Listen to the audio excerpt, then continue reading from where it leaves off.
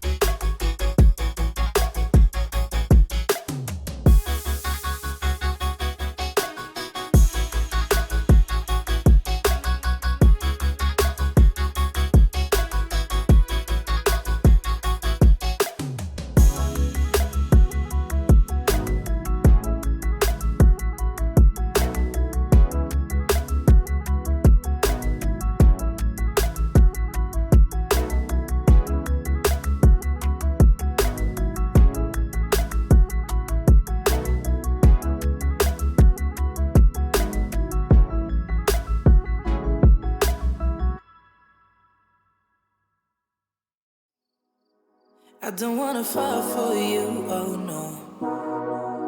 But you make it so hard. Watching you dance all night, baby, is making me fall hard. Trying to take a deep breath, but I just can't control my lungs. Ooh. Trying to hide my cold sweat, but I just keep on talking in tongues. It's a funny situation that I got myself into.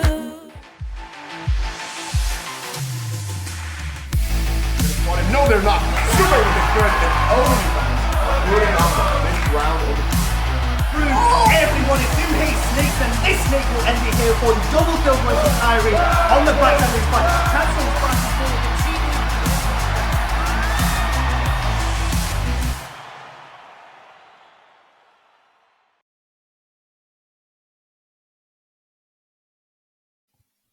Evening everyone, and welcome to the University, UK and Republic of Ireland Spring 2024 Teamfight Tactics season.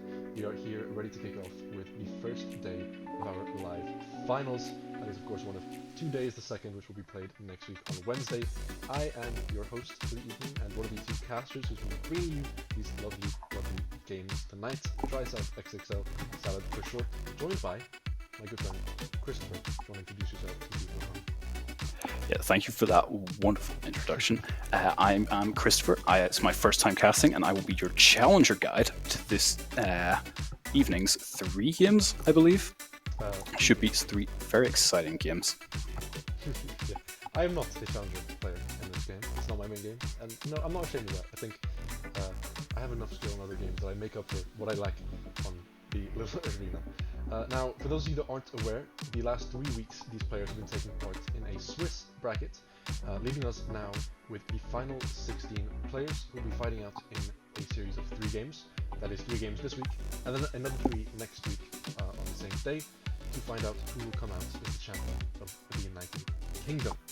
Now, obviously, early days, we have these standings up in front of us.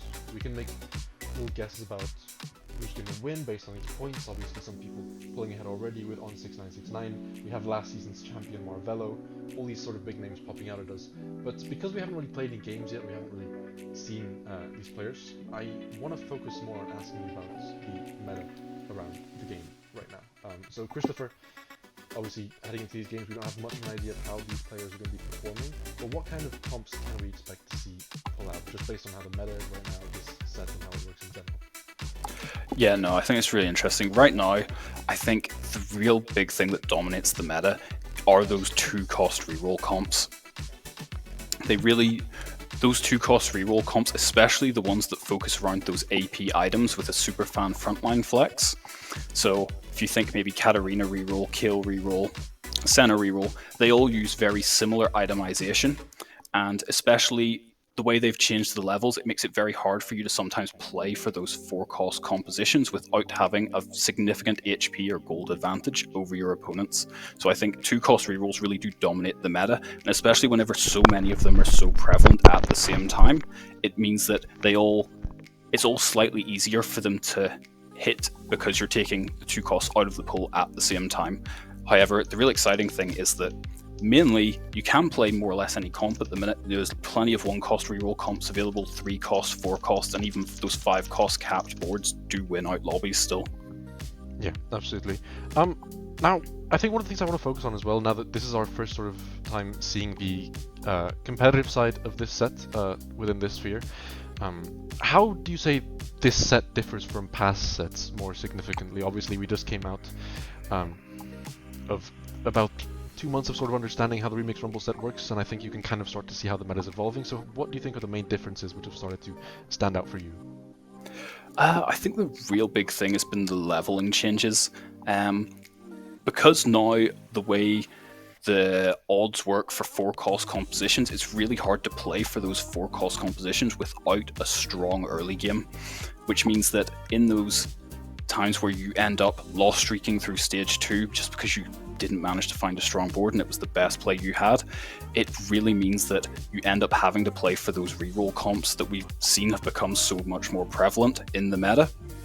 And then obviously the headliner mechanic really does make the game a lot swingier. It has those, but it also has those more very exciting moments where somebody just hits and that's their direction, and it sort of comes out of nowhere rather than a gradual build that we've seen from past sets. Of course, yeah, and I think one thing I definitely want to focus on as well, because we are sort of midway through this set now, and with this being the first live event, I wanted to sort of focus a bit on the past of how this set has grown as well, and ask you a bit more about the meta changes that have happened throughout the last few months. So what do you think has been the most significant meta change within this set specifically, in how it has just evolved over these past few months? Well, I think the current meta, the buffs that were received to 2-cost composition, the 2-cost compositions, is the thing that has really shaped the patch that we're currently on. Previously, we saw the prevalence of those AD flex comps, so you saw Caitlyn Ezreal around the Vegas Open time, and then during the sort of Open Qualifiers 2 and the Regional Qualifiers 2, we saw the prevalence of Karthus Akali and those 4-cost AP comps, and now we're really starting to see that those 2-cost comps that have been buffed while those other comps have been toned down a lot more. I think that's the thing that really stands out over the course of this set. Yeah, and I think we've looked at the meta quite a lot now. I think people have had their fair share of game knowledge being spat at them by you. So I want to maybe dial it back a bit more, focus maybe on your experience with the games a little bit, get to meet the casters. So I wanted to ask you, what is your favorite comp to run so far on this set? Obviously, I don't mean necessarily right now on this patch, but just throughout the history of this set. What has been your go-to? What has been the one you find most fun? The one that maybe you find the most success on overall? It's definitely Karthus Akali. Just watching the backline blow up is very satisfying. It hasn't really had its time in the sun except for the 2 weeks where it was meta, but it's still a lot of fun to play, and in the right spot it can still be really strong. Absolutely, yeah. And I suppose looking back, you mentioned that you haven't really been playing this game for that long. I think 8 months you said actually you started 8 months ago playing TFT? Yeah, just under 8 months. So, well, within those 8 months, obviously there haven't been many sets out. But I did want to ask you what your favorite set of all time was, and which one you feel like you had the most fun with. Obviously, it can be this one, with it being the newest one out, with it being sort of the most fresh on your mind. But I was just wondering if maybe you found more success, more happiness playing one of the ones before that as well. I mean, personally, I think set 9. I mean, it was my first, so we all have that sentimental attachment to our first, and but. Yeah, I don't know, the aesthetics, the way it all sort of blended together, and I think it was also a fairly beginner-friendly set. Maybe this Remix Rumble maybe isn't that. There's been a lot of changes to where you have to play the game in Remix Rumble, which really isn't as beginner-friendly as maybe it wouldn't have been. I might not be Challenger if I'd started playing in Remix Rumble. Okay, I understand. And I think it's interesting to get that different perspective, because obviously I don't have as much experience with the game in the same way that you have, but I just have played the game casually for a very long time, and I still have that sort of nostalgic attachment to a lot of the old sets, especially the first set. I just kind of love because of how fresh it was at the time, and the auto chess scene in general was still very fresh, so it's nice to see. I do have to say though, this Remix Rumble set has been beautiful to watch just thematically. Like, I love the music changes that they added. I love how nice every comp feels to build. It feels like every time you're adding a unit, it creates something ultimately cohesive and that like feels good and sounds good and looks good to play. So I think Riot did a very good job with this. One thing I did actually want to ask you, looking forward, this isn't necessarily relevant to today's games, but there have been a couple of leaks about what's coming up in the next set. Is there maybe anything you're looking forward to seeing coming up soon? Maybe changes you think would impact the game positively, or just things you think we could look forward to in TFT in general? The one thing I'd love to see is to be able to play those 4-cost comps again from a loss streaking position. In terms of a competitive perspective, that would be my one hope. Just because of a play style, how I prefer to play, I like the 4-cost comps more than the other comps. But no, I think I have a lot of faith in the TFT devs, and I'm really excited to see what they're going to come up with. Absolutely, fantastic. Give a little shout out to the devs. Maybe they buff your favorite champs as well next patch, just in case. This is a question now that I kind of have to ask everyone. It's a bit of a tradition now. I ask all the players, I ask all the casters, but what do you have for breakfast today, Christopher? I'm a chicken Caesar salad wrap. Ooh, okay. It's a bit of a weird one, but I'm a chicken person. I'm just a chicken person. Fantastic. And then one last thing before we go into a break. Are you a slow game, kind of like no risk enjoyer when you play TFT, or are you more of a forced triple prismatic, mega flip, just coin flip every lobby type of game? No, I'm definitely the risk averse type. Okay. But if the game gives me it, Fair enough. Well, I feel like I've got to know you a little bit more. We've got to have a little bonding session. We're gonna head into a little quick break before we head into our first game, sort through some things, and then when we get back, we'll be flying into our first lobby of 3 tonight. So stick around.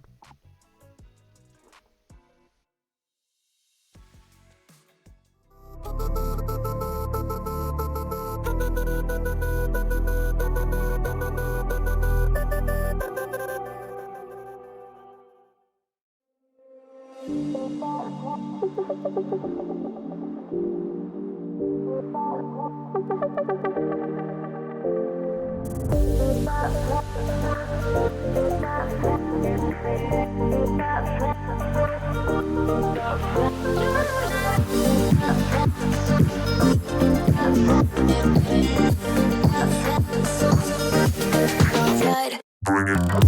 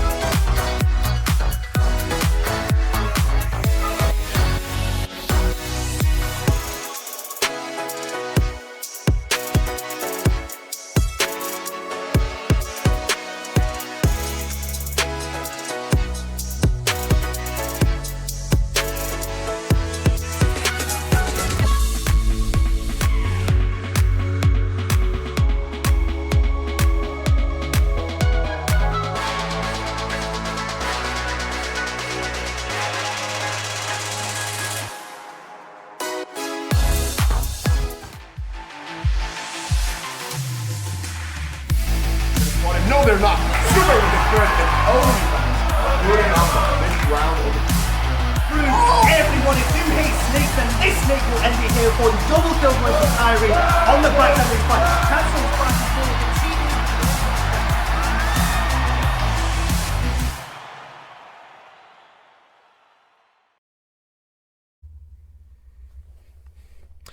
Good evening again, everyone, and welcome back to the University Esports UK and Republic of Ireland Spring 2024 Teamfight Tactics season. I might just say the full name every time at this point. It is kind of fun. It's like a little It's like a little game for me, like a little tongue twister.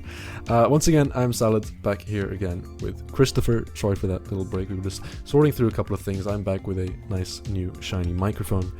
And we hopefully will have footage from Game 1 coming up shortly. But while we wait on that, I want to get back to a few questions, Chris. Because, you know, I got to know you a little bit back there.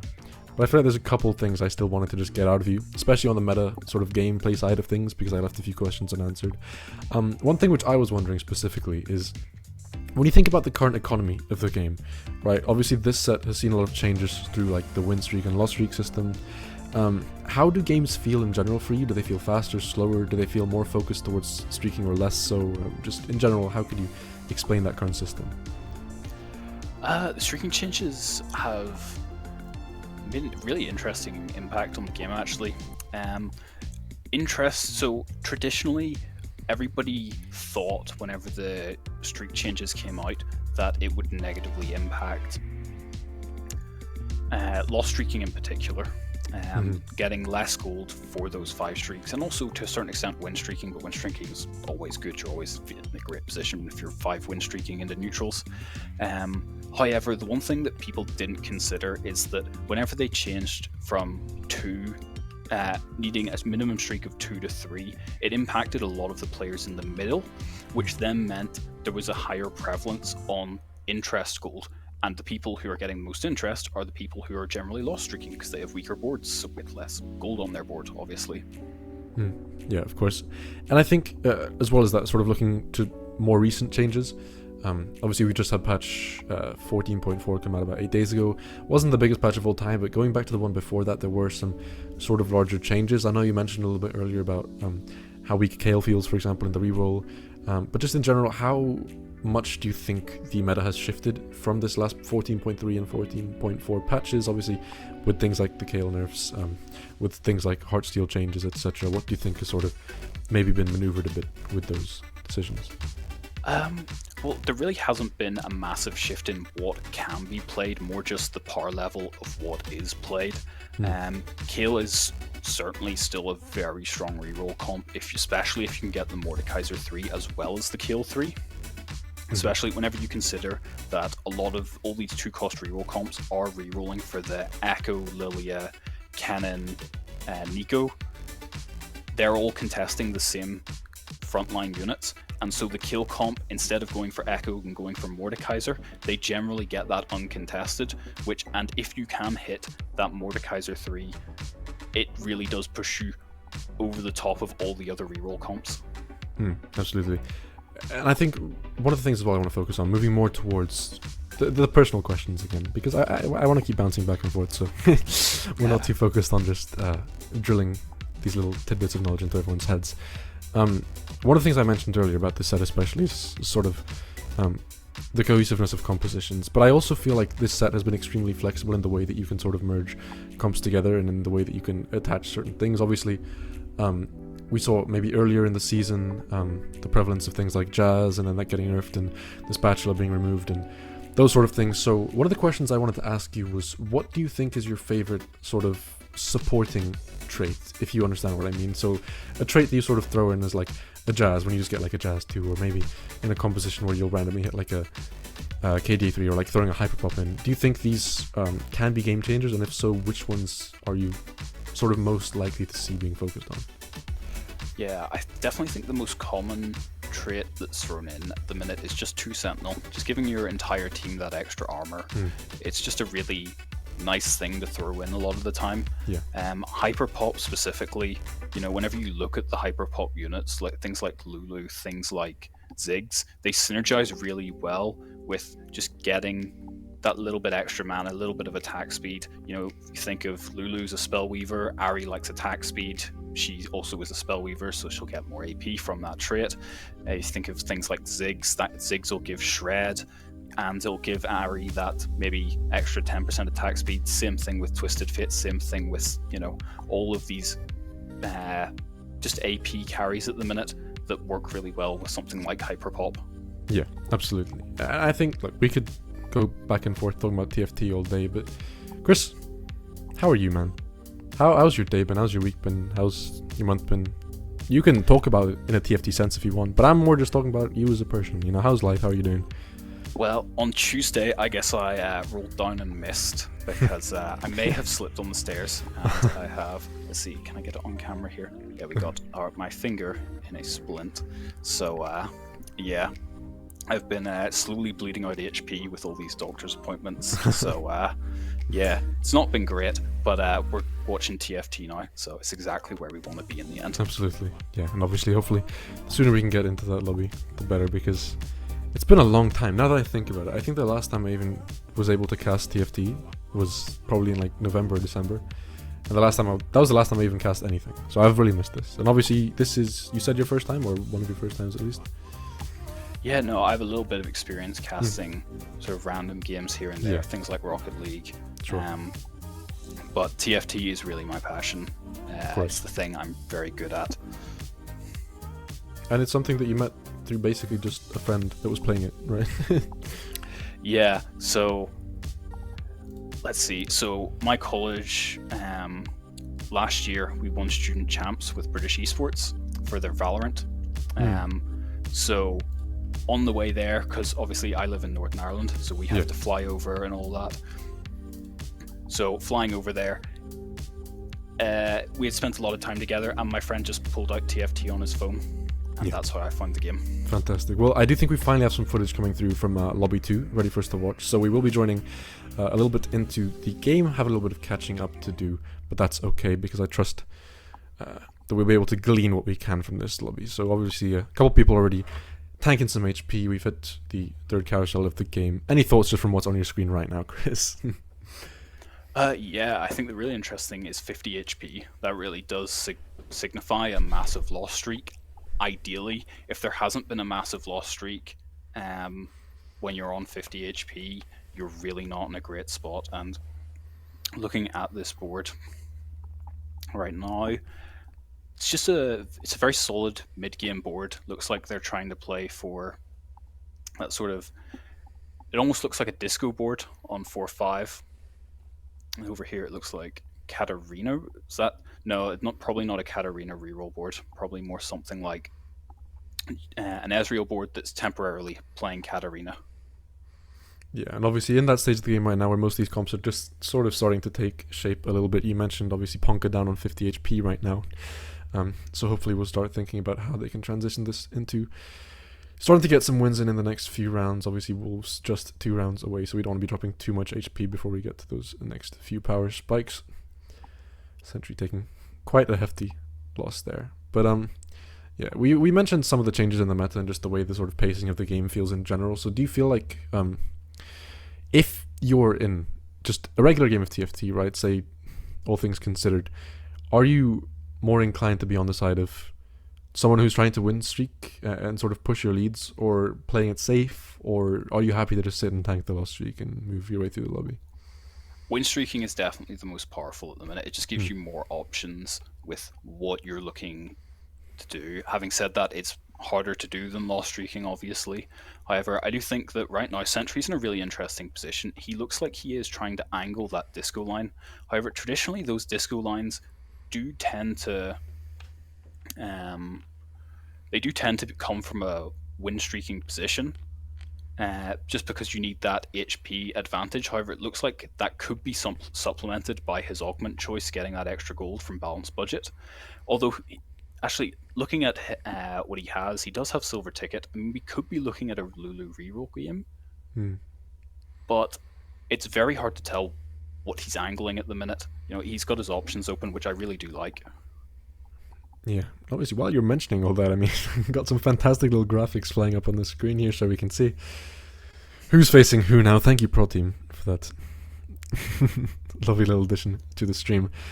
So we see Ponka now taking their, what we can assume to be first one of the lobby, so maybe the ties have changed a bit, or maybe Humble Dog has just fallen a bit in the sort of power of their composition. Now with Wolves being hit here and obviously 2 rounds away from the final, Augment being picked up, we should see a lot more people sort of have their comps set in stone, I feel. Are there any things that you're sort of worried about for these players that you can see so far? Obviously, this disco board could turn into something, but as it stands right now, you know, having that Lulu as your main damage source and the front line being mostly just sort of hefty bruisers that don't have much overall sustain. How do you feel this is going to work scaling, and how can they transition this into a winning comp? Yeah, I think the really interesting thing with this board will be see what exactly they go for. So right now it does look like it could be Disco, however it could be Lulu theoretically. I mean, we did see another player holding 2 Lulus with those AP items, so it's questionable whether it's contested or not right now. Yeah. You could definitely go for the Disco, however these items really, you don't have great items, and it does look like he is angling the Disco line because he is scouting the other Disco player there. Yeah. He is quite heavily scouting the other Disco player, so that's something that he's going to be quite unhappy about. However, thing is to note, there was only 1 Twisted Fate out of the pool, 1 Blitzcrank out of the pool there, so there's still plenty to hit. Yeah, still extremely open, but one thing I will say for Sentry, obviously, I think the thing to be worried about is probably won't be hitting 8 until this carousel round, obviously, unless they're willing to actually sack some econ to force their way there. So these TFs and Blitzcranks might start dropping a bit faster with some of the higher econ, higher HP players in the lobby. And obviously, the longer it takes to get this board online, the more you just start to fall behind the people that are contesting you. We saw that TF being picked up. Yes, it was just 1 TF, but bridging that gap is what's going to be the struggle, I think. Yeah. Sentry really in a position now where I feel like he has to send it down to 0 here. He has to find some kind of stable board, and he is rolling now. Hits the headliner Twisted Fate. Okay. Probably just needs 1 Blitzcrank, and this is looking a decent board. Not a board I'd like to be on 40 HP, but decent still. Yeah, obviously does get the Disco, which means, I mean, I'm assuming going to just commit to that 6 Disco line. Do you think you're still trying to force the 4 Dazzlers in as well? Can you get both of those into the comp, or are you sort of just more focused on the Dazzler and don't care as much about getting the Disco in? It really probably depends on what kind of frontline he hits. Right now, he has the core of a Twisted Fate comp. He has a really nice, he is decent. I mean, he has a Morello's on bench. He could also make Guardbreaker.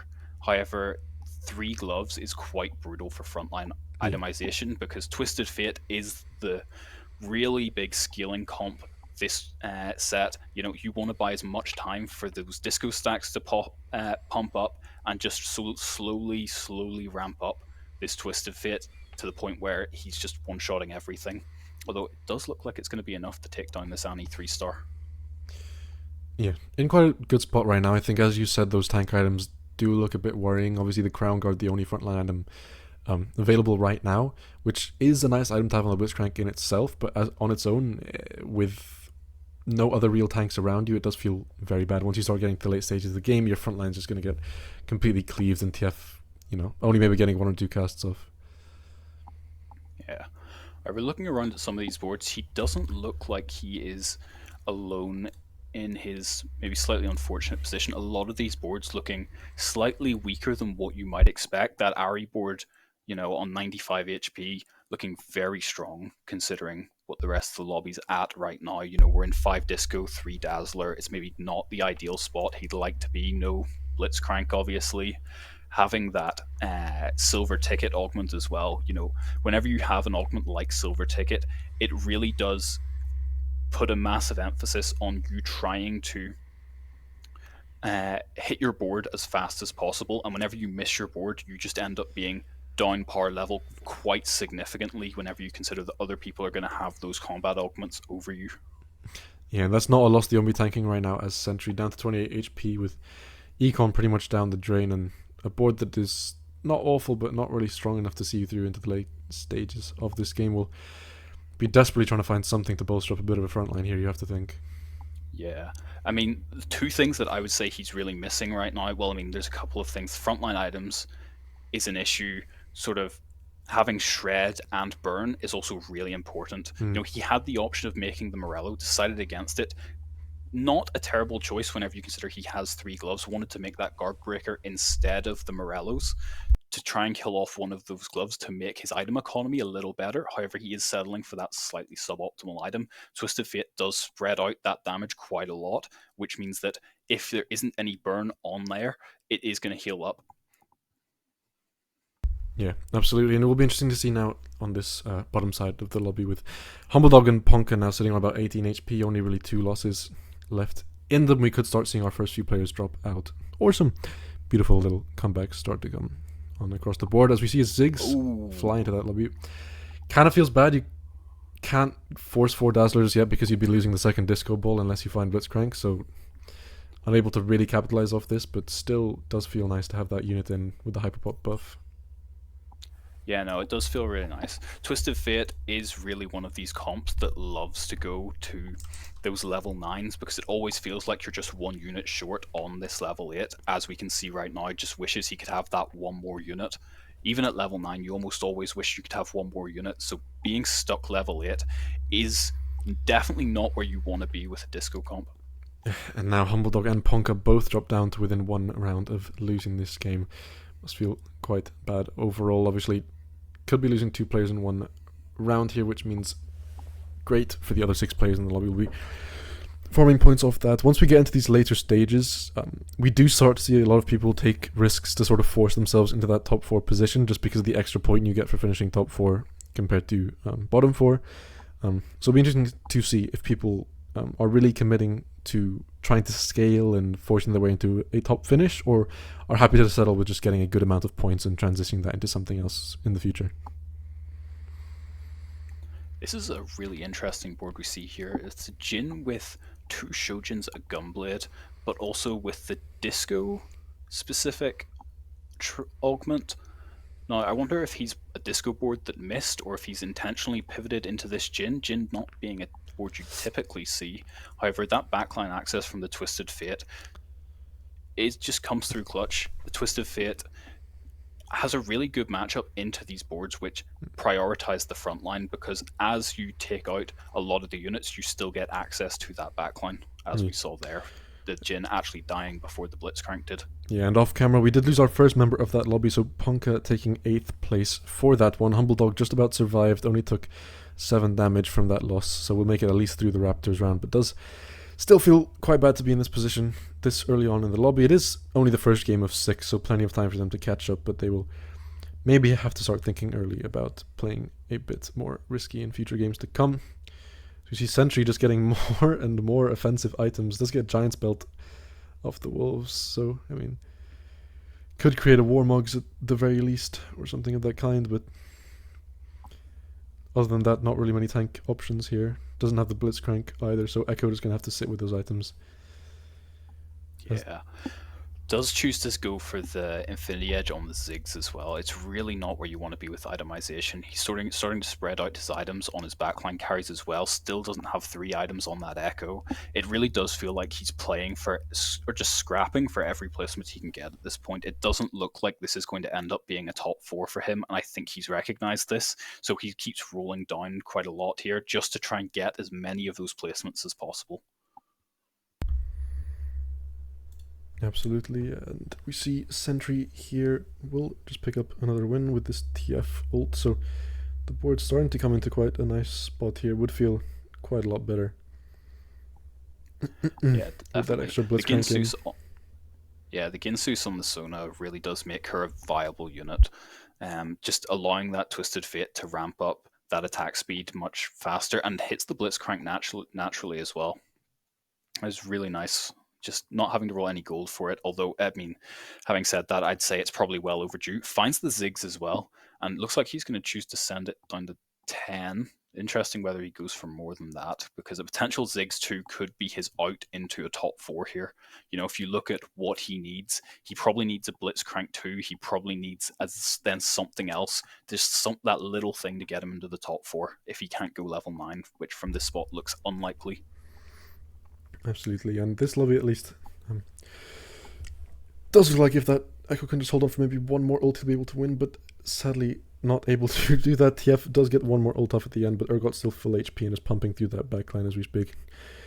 Good damage got down, but within 15 HP now, 2 losses you have to think will be at the end of it for Sentry, so needs to start hitting. Yeah, but it does look like on the side the race for top 4 is on, and finds the Ziggs too. Big power spike there. I will say it doesn't really solve the frontline issue. As we see a headliner Blitzcrank pop up in the shop, I don't think that'll be picked up. But it does mean that the frontline needs to do a lot less, right? Because now, with the bonus attack speed, with also just that massive extra damage and shred coming out from the Ziggs, will also then buff the TF in turn, so much more damage coming out does mean if your Echo can hold on for an ult or two, you have a chance to just sort of clean through the full enemy front line. Absolutely, and on the side there we saw 3 people within 16 HP of going out, and only one of them can make top 4.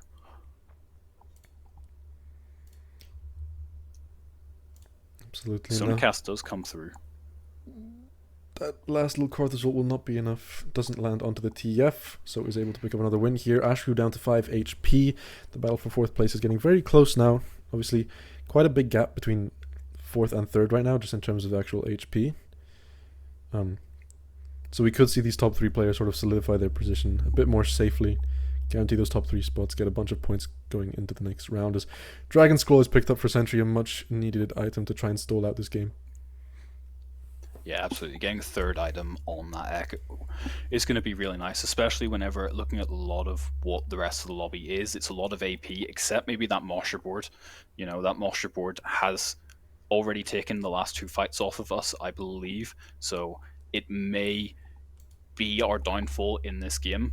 However, at the moment, just trying to maximize your power, I think it's a really good pick. And Ashku does hit the kill 3 finally. You know, he was stuck on 8 kills, 7 Mordekaisers for a very long time there, sort of bled all the way down to 5 HP and is now finally hit. But is it going to be strong enough? I'm not sure without that Mordekaiser 3. Interesting now as well, moving the TF a bit to the right here, just to try and keep him a bit safer, but does lose the hyper pop buff onto the TF now.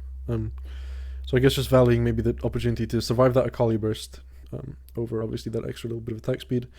Because if Akali gets 2 or 3 ults off onto the TF, she will just get rid of him almost immediately. As we see, getting taken down here all the way down to -1. I didn't actually think there was enough to kill there, but just enough. Are they both out on 1 HP?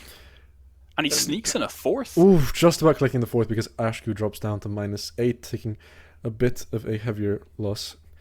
So unfortunate for Ashku. Sentry, I think, will be happy with the top 4 there because it was looking a bit dire at some point. Yeah, absolutely. I'd be very happy with top 4 from that position. And one thing I would say is on the other side there, our player in first here, he does have 8 Aries. It looks like he rolled right down to 0 on level 9. Has 8 Aries still. 1 Ari is all he needs to end the game. However, 1 is being held, which means there is only 1 left in the pool. Yeah, absolutely. As we now get into these final 3 lobbies, that little 6 Mosher composition with the headliner. Call you on the side.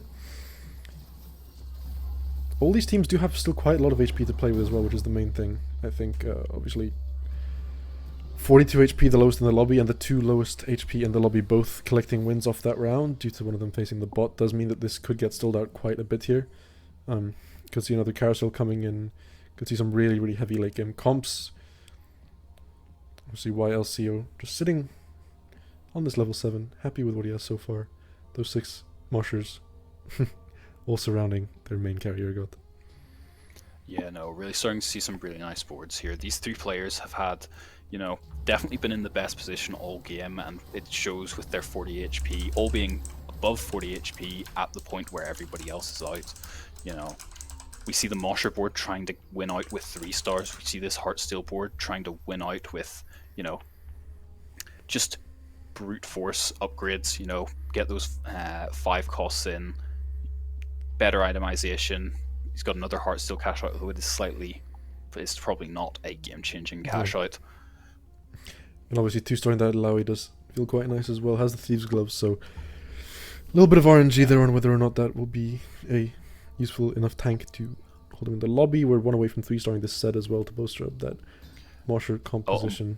One really interesting thing to note is we now see 2 Aries on bench, which means unless it appears on Carousel, it won't be available, and being on 72 HP, he's not going to have that first pick on Carousel. So it'll be really interesting to see if he continues to go for this Ari 3 with the hopes that maybe this player dies, maybe he can find it on Carousel, maybe somehow he can get that Ari 3, or whether he just gives up on it and sells seeing those 2 Aries on bench.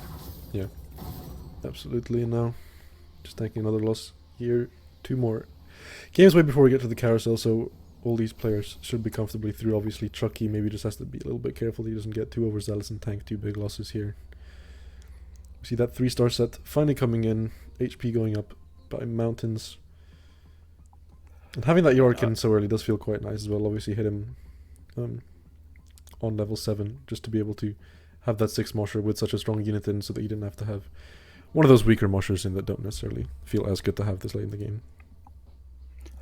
Yeah, and whenever we talk about sort of what this board needs, apart from maybe an Ari3, interestingly, he is keeping the Aries. You know, you look at this Senna, it's still an itemized, or this Sona, sorry, not Senna. This Sona is still unitemized. You know, a single Ginsus on this Sona is just game changing. You know, getting that cast slightly faster means that the entire board is doing much more damage much quicker. Absolutely, and now 1 round away from the carousel. It seems all 3 of these players will be healthy enough going into it. York appearing on this bench here, no need to contest. We'll see. 1 away from that RE3 now. He is really committed to making sure he is able to get this, but as you mentioned earlier, kind of flipping this on the carousel. Could potentially drop maybe just about low enough to go under YL, but yeah, it's really interesting. So playing for the RE3 is obviously playing for the giant cap. However, it's whether or not he believes that, if he believes he's already locked up a second, which isn't guaranteed at this HP because they're all above 40 HP, and I do think he is the weakest board, but it's whether or not they can take each other out before he dies, and if that's the case, then playing for that RE3 might be he might feel is his one way to win. In that case, would be the one reason why you would hold the Aries in a scenario like this. Especially, you know, this fight is very close, and can the Akali do it? The single target from Ezreal is just too much. You don't really expect Ezreal with his giant ult to do a lot of single target, but he really does burst people down quite well. Absolutely, and carousel comes in, no Ahri. Sadness ensues. There is a pentakill spat that could allow YL on his Mosher board to drop that 1-star Olaf and go for maybe a better bruiser. Something like an Alawi would be a massive spike getting those tentacles in. Also, even just something like what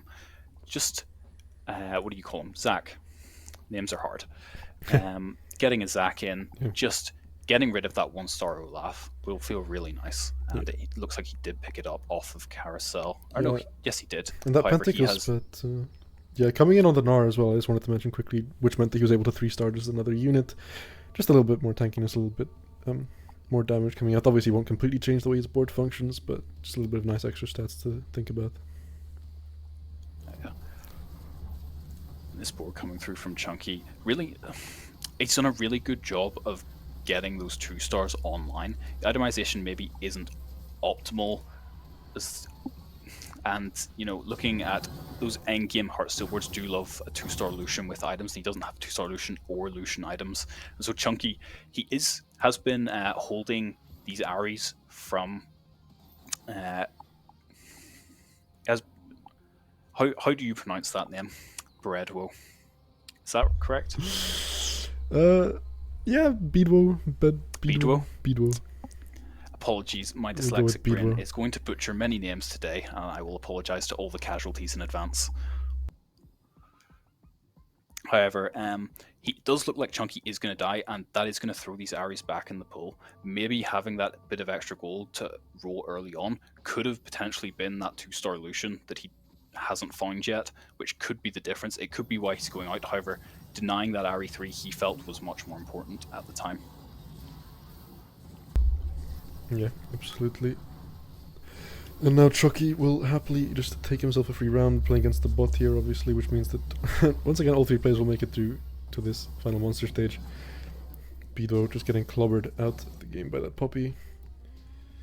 Chucky just about makes it out on 1 HP. Choosing to cash out here. Obviously, picks up a Chalice of Power. Might just be able to give him a little bit of that extra AP. Doesn't do too well on any of his champions, but I mean, just a little bit of bonus damage on the Lucian, a little bit of bonus damage on the Bard and the MF. Could make the change. 2-starring Lucian though, much bigger. Yeah, very good find there. You know, continues rolling into neutrals, maybe doesn't trust the speed at which he can transition his board. You know, instead of making econ, he is choosing the speed, which is, in a lot of instances, the correct choice. Because I mean, there's no good use having gold if you can't spend it. Yeah. Just rolling over these. And I was here having to sell down now. Might even consider selling the Aries now that we're on 1 HP. Doesn't look like it just yet. But it does look like yeah, it looks like Beedle Beedle's has given up on sold that his 3-star Aries. as well. So no need to hold on to them. Looking more for Oh no, Blitzcrank he has 3 now. changed. Yeah, he's just changed what he's going for. Moving All Ari of into these the players corner here as making- well. Yeah. Probably trying to dodge that shroud on the other side. Doesn't want to get mana reaved. However, it does look like moving Ari out of that KDA hex might be Vito's downfall, and it does look like Chucky is going to live on 1 HP, and that's a really tough way to go out. 7-1, your opponent's on 1 HP, Yeah, and I mean, especially that Ezreal ult coming in and pretty much just one-shotting the Akali, you wonder if the HP from the KDA score could have maybe given him a bit more access. I think, maybe the mana reave on the Ahri might have dissuaded, but I feel like on old champs, maybe it doesn't affect Ahri as much just because of how quick she casts anyway. Beedle obviously will be taking 3rd place, so nothing to frown about, but obviously having that much HP and being dropped out does feel quite bad, especially to Chucky, who managed to survive on just about 1 HP. That being said, this could be Chucky's last round. Every round could be Chucky's last round, so we'll see how this one plays out with this 6 Mosher comp, which is just about worked its way through the front line. Ezreal just getting his first R3 off, and now hitting onto the backline. This Urgot still full HP, still has that shield available. Set not even being able to take down, and one-shotting the Ezreal will knock out Chucky entirely. First place goes to YLCO. Yeah, that was a really nice game. Taking the submit to the pit on 2-1 and sort of hard committing to that Mosher line, and even whenever he hadn't hit those 3 stars by stage 5, still had faith in the line, still held his gold, recognizing that his board is still stronger than a lot of these boards. Maybe not on paper in terms of gold value, but in terms of his itemization and sort of his synergy between units, it was just better than everybody else, and he pushed that advantage into a really nice first place. Yeah, and obviously we didn't see a large part of the sort of first sections of the game, but judging from sort of where we joined in, what we were able to see, were you sort of happy with the way that the boards looked in general? Was there anything sort of surprising to you? Was there anything you weren't expecting to see in those top compositions, or something maybe you thought dropped out too early due to either player error or just maybe luck diff, that sort of thing? Anything which maybe stood out to you? Well, I think it was Ponko, wasn't it, who went out in 8th. Yeah. He went down to 50 HP. It'll be interesting to know whether or not that he rolled on 3-2 for one of those 2-cost comps. Whenever you are in that 5-loss position, you either have to roll down on 3-2 typically for one of the 2-cost reroll comps, or you have to roll on 3-5 for the 3-cost reroll comps. And so going out in that position, especially if you have spent that gold, is really not ideal. So it maybe suggests that he did miss his composition, or he was either trying to go for one of those 4-cost comps and maybe just couldn't hold enough HP. Yeah, absolutely. And Ponka coming into this was actually the 2nd place player through the Swiss seedings, so obviously has shown us that they're capable of doing well in these lobbies, able to pick up wins, able to pick up a large number of points. So moving forward, still a player to look out for. I don't think this loss will be enough to completely force them out of contention, but we'll have to pick up soon. That being said, we are going to head into a short break before we come back ready for round 2 of today, round 2 of 3. So stick around and we'll be right back with more TFT for you all.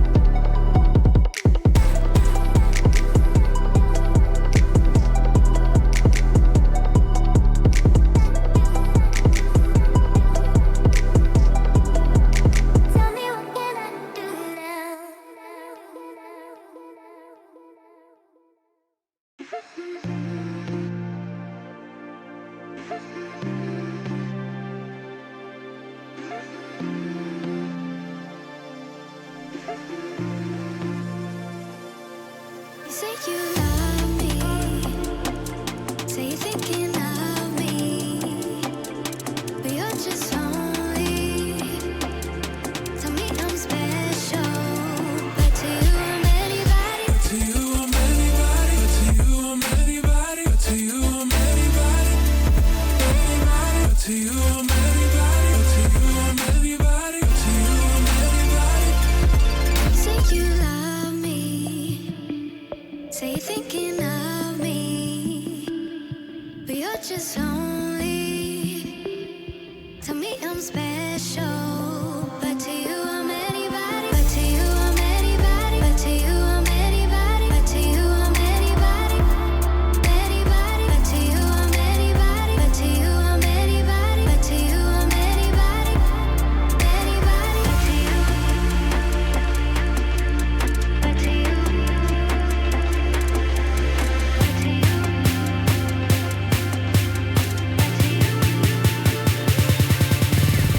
To you I'm anybody. To you I'm anybody. To you I'm anybody. Anybody. To you I'm anybody. To you I'm anybody. To you I'm anybody. Anybody. But to you. But to you. But to you.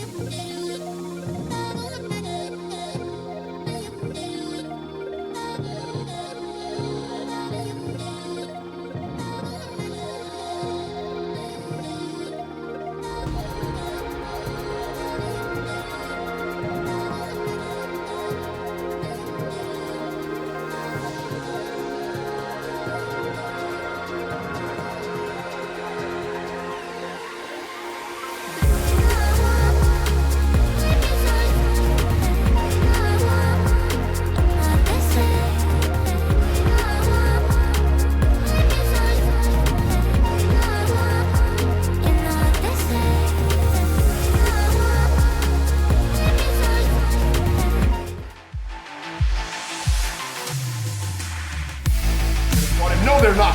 Super with the threat and only fans rooting on them this round of the Everyone, if you hate snakes, then this snake will end it here for you. Double kill wins for Kyrie on the back of this fight. Cancels back and forth.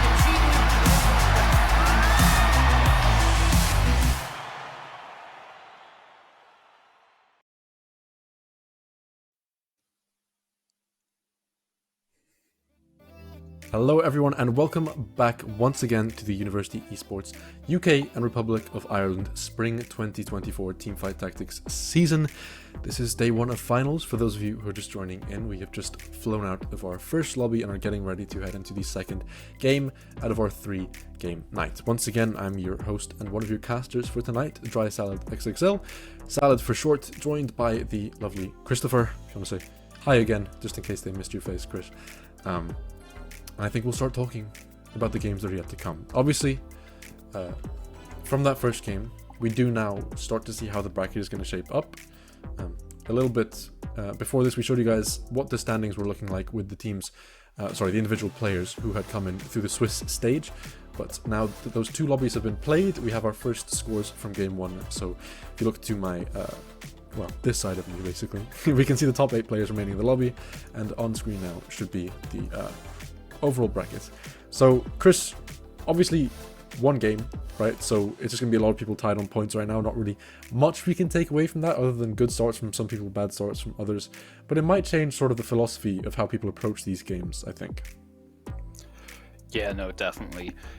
Taking a 8th place in these games really is brutal. You really do want to be making that next week where you need to be top 8.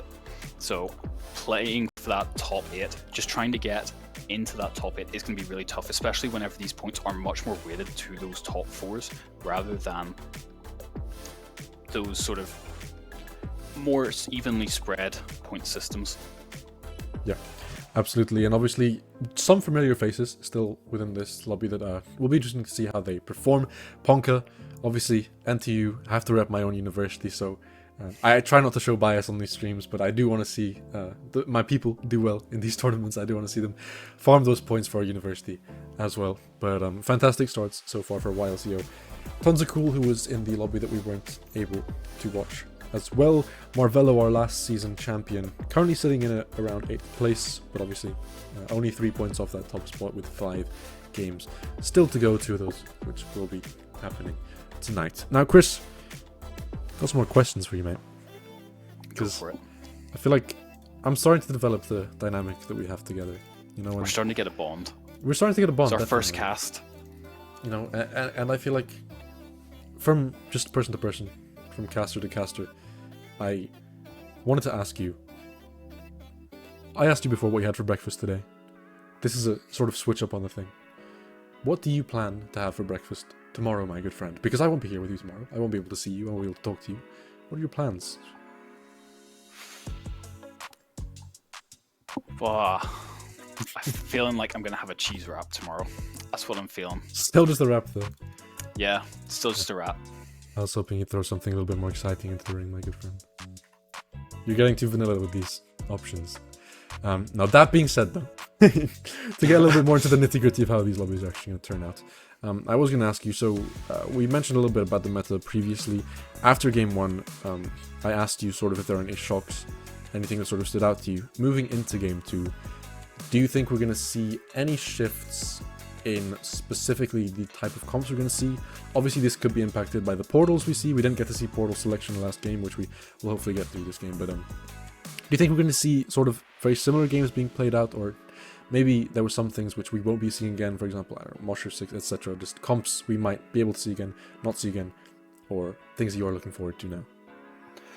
Definitely, because of the way the points are organized in this event, being top 4, you know, essentially all the top 4 players get an extra point compared to the bottom 4 players. Yeah. So playing for that top 4 is definitely ideal. Having said that, it's only 3 rounds. You need to be in the top half, and if you're sitting there on that just 1 point, you are going to have to try and find a way to push yourself into that top 8, and it's not going to be by consistently getting top 4s. You are going to have to try and get a first, second, and then maybe you can get away with a top 4.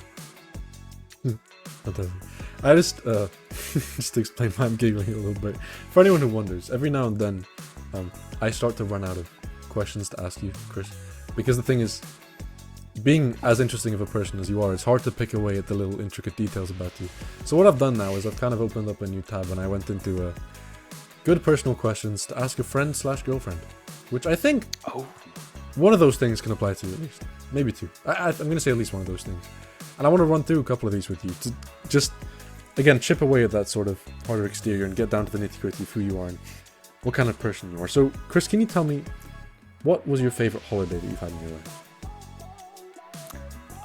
Whenever I was 13, my dad took me away for a surprise holiday on my birthday and didn't tell me, and amazingly managed to get my sister to keep it quiet for about 4 months, which is unbelievable. See, that's lovely. And these are the kind of things you find out by just asking, you know? So I'm going to keep asking, Chris. Tell me, what is your favorite animal? A dog. Just a dog. I mean, they're just great, aren't they? How about we remove pets from the equation? Ooh. Your favorite wild animal? Your favorite undomesticatable animal? That is tough. Let's see. And I think this would be the thing that stumped you. I've asked you questions about the meta for like an entire hour, and now suddenly I bring up pets, and you're like, "Oh man." See, no one ever says not pets. I've been asked this question before. It's never not pets. Let's see. We'll go for a lion. It's very default. Lion? I'm a very basic person, you know. I feel like you're giving me quite a few vanilla answers, but there must be something in here which you're gonna just throw me an absolute curveball, and I'm gonna chip away at that slowly. But I'll leave you for now. We have another game coming up anyway, so when we get into that third game, I'll start actually kind of pressuring you more on these little things about your personal life that I want to find out a little bit more about. So to tease your caster brain just a bit before we get into game 2, I did want to ask you a few things sort of about champions in the game, meta in the game, roles in the game. I asked you earlier about what your favorite comp was to build all the time. You mentioned the Akali Karthus carry line. But is there a specific champion that outside of just gameplay, you really just like, you really enjoy, you really like the design of them, maybe something about the musical set that you love about them, maybe something about like just how they interact with other characters in the game or their theme, anything just like that? I love Yasuo, just watching him dash around the board, and especially like if you can get a strong Yasuo, he just deletes things. It's very satisfying to watch. Absolutely, and I think especially those one-cost units, there's something so viscerally fun about winning a game with a one-cost unit, because it just feels like almost like some sort of rags to riches story has just happened right in front of your very eyes, where you've turned this pitiful little one-cost into an absolute board-stomping unit. I know there are some really fun things you can do in the game if you do have more scaling comps. I personally, because of how much I love Jhin, just from League of Legends specifically, when they added Jhin to the set and they added the 4-star Jhin, this was like one of the best moments of my life. And I hit 4-star Jhin. I remember I made a very big deal about this because I put it in all the TFT caster chats. I was like, oh my god, guys. In a ranked game, I managed to hit 4-star Jhin on level 8. And I got my praises and I got my fantastical levels of respect from everyone in the entire lobby. But yeah, I think Riot have, just in general, done a very good job with the way that they've designed this set. I feel like adding a lot of new mechanics without being completely game-breaking. Obviously, they've said that they're bringing back the headliners, maybe with a different name, but they're bringing back the headliner mechanic moving in to the next set that's coming out. And with that around the corner, it'll be very interesting to see sort of how they're able to utilize that and turn that into something which maybe can last for sets and sets to come. But looking forward, obviously, it's very easy to do, very easy to predict. I wanted to sort of look back for a bit and ask you, is there anything that you miss from previous sets at all? Anything that maybe you would like to see brought back? Maybe something from a set that you never even played that you think, oh, that was a really cool addition to the game. How could they introduce that again in a way that is fun for everyone involved? I mean, definitely one of the things I miss is the backline trait. You know, having something like Rogue from set 9, where it just sort of dashes into the backline and you can just outposition your opponent. Like if you guess the right side, or if, you know, the mind games that happen in that positioning makes the game very fun, where you're playing a slightly suboptimal comp in a lot of instances, which can just win out fights from good positioning. Yeah, I suppose it's quite interesting as well when you start to look into these more sort of, I don't want to say generic, but quite staple archetypes, right? Like you mentioned the Rogue, that sort of classic assassin archetype. Very early TFT, you had very sort of vanilla basic archetypes in general, when you had like, you know, gunners and rangers and fighters and bruisers and all these things. And some of them have sort of stuck around, some of them have taken different forms, different shapes, turned into just various iterations of the same thing, just with different names. You know, obviously you have the multicasters, which is the same as sometimes spellweavers, which is the same as sometimes mages, and you just sort of recycle them. And the way they've been able to implement that into all these different sets has felt very good. I think we are getting closer, by the way, to getting ourselves into round 2. So I did just want to ask you once again, sort of about the way that the lobby is facing up so far. If you are one of these players, say YLCO, Tons of Cool, you've won this first lobby, right? You've got 5 games coming ahead of you. What are you doing to sort of ensure that you don't drop points and you stay in that top position?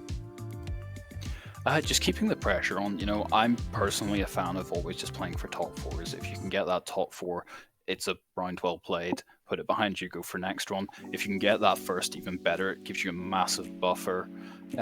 Just feel comfortable when you're playing, not have that pressure on you.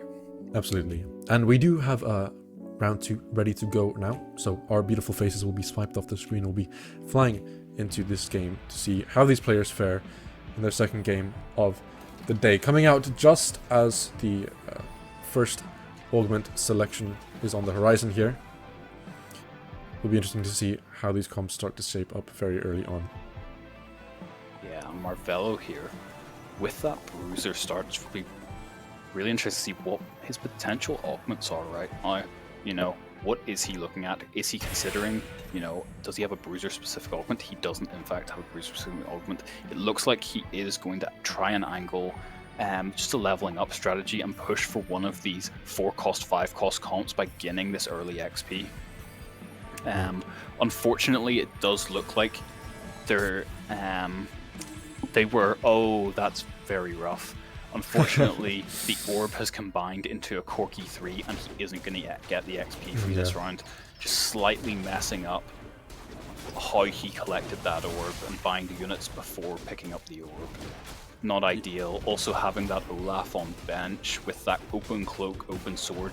If you had one of those sort of Gargantuan Resolve, too big to fail augments that work really well with Olaf, you would have loved to play it from the spot. Yeah, absolutely. And as you mentioned, it's a bit unfortunate that that quirky happened. Maybe could have held off on picking up the orb just to wait to at least get that XP.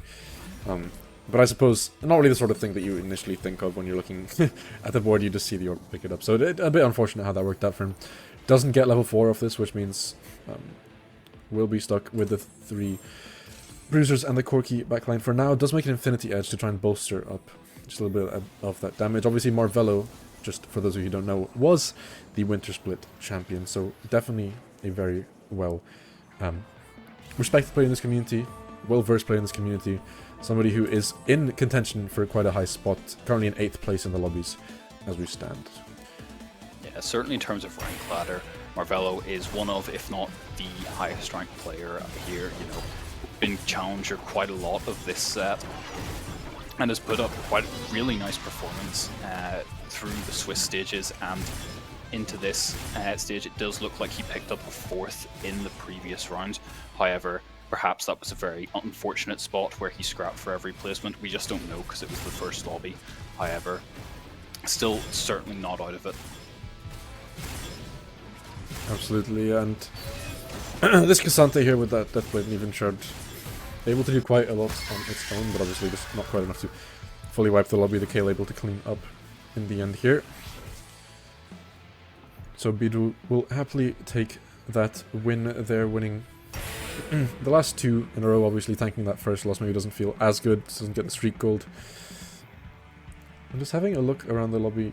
Seems like a lot of people sort of going for these early strong frontline headliners. We've seen Cassantes, we've seen Olafs, we've seen Vi's, just kind of bolstering that frontline, trying to keep a tanky enough squad to minimize maybe your losses in the early game, make sure you're not tanking too much damage, make sure you're not dropping as hard as some people did in the last game. Obviously we saw 50 HP on some players, we saw these loss streaks just went way too far, as you mentioned earlier.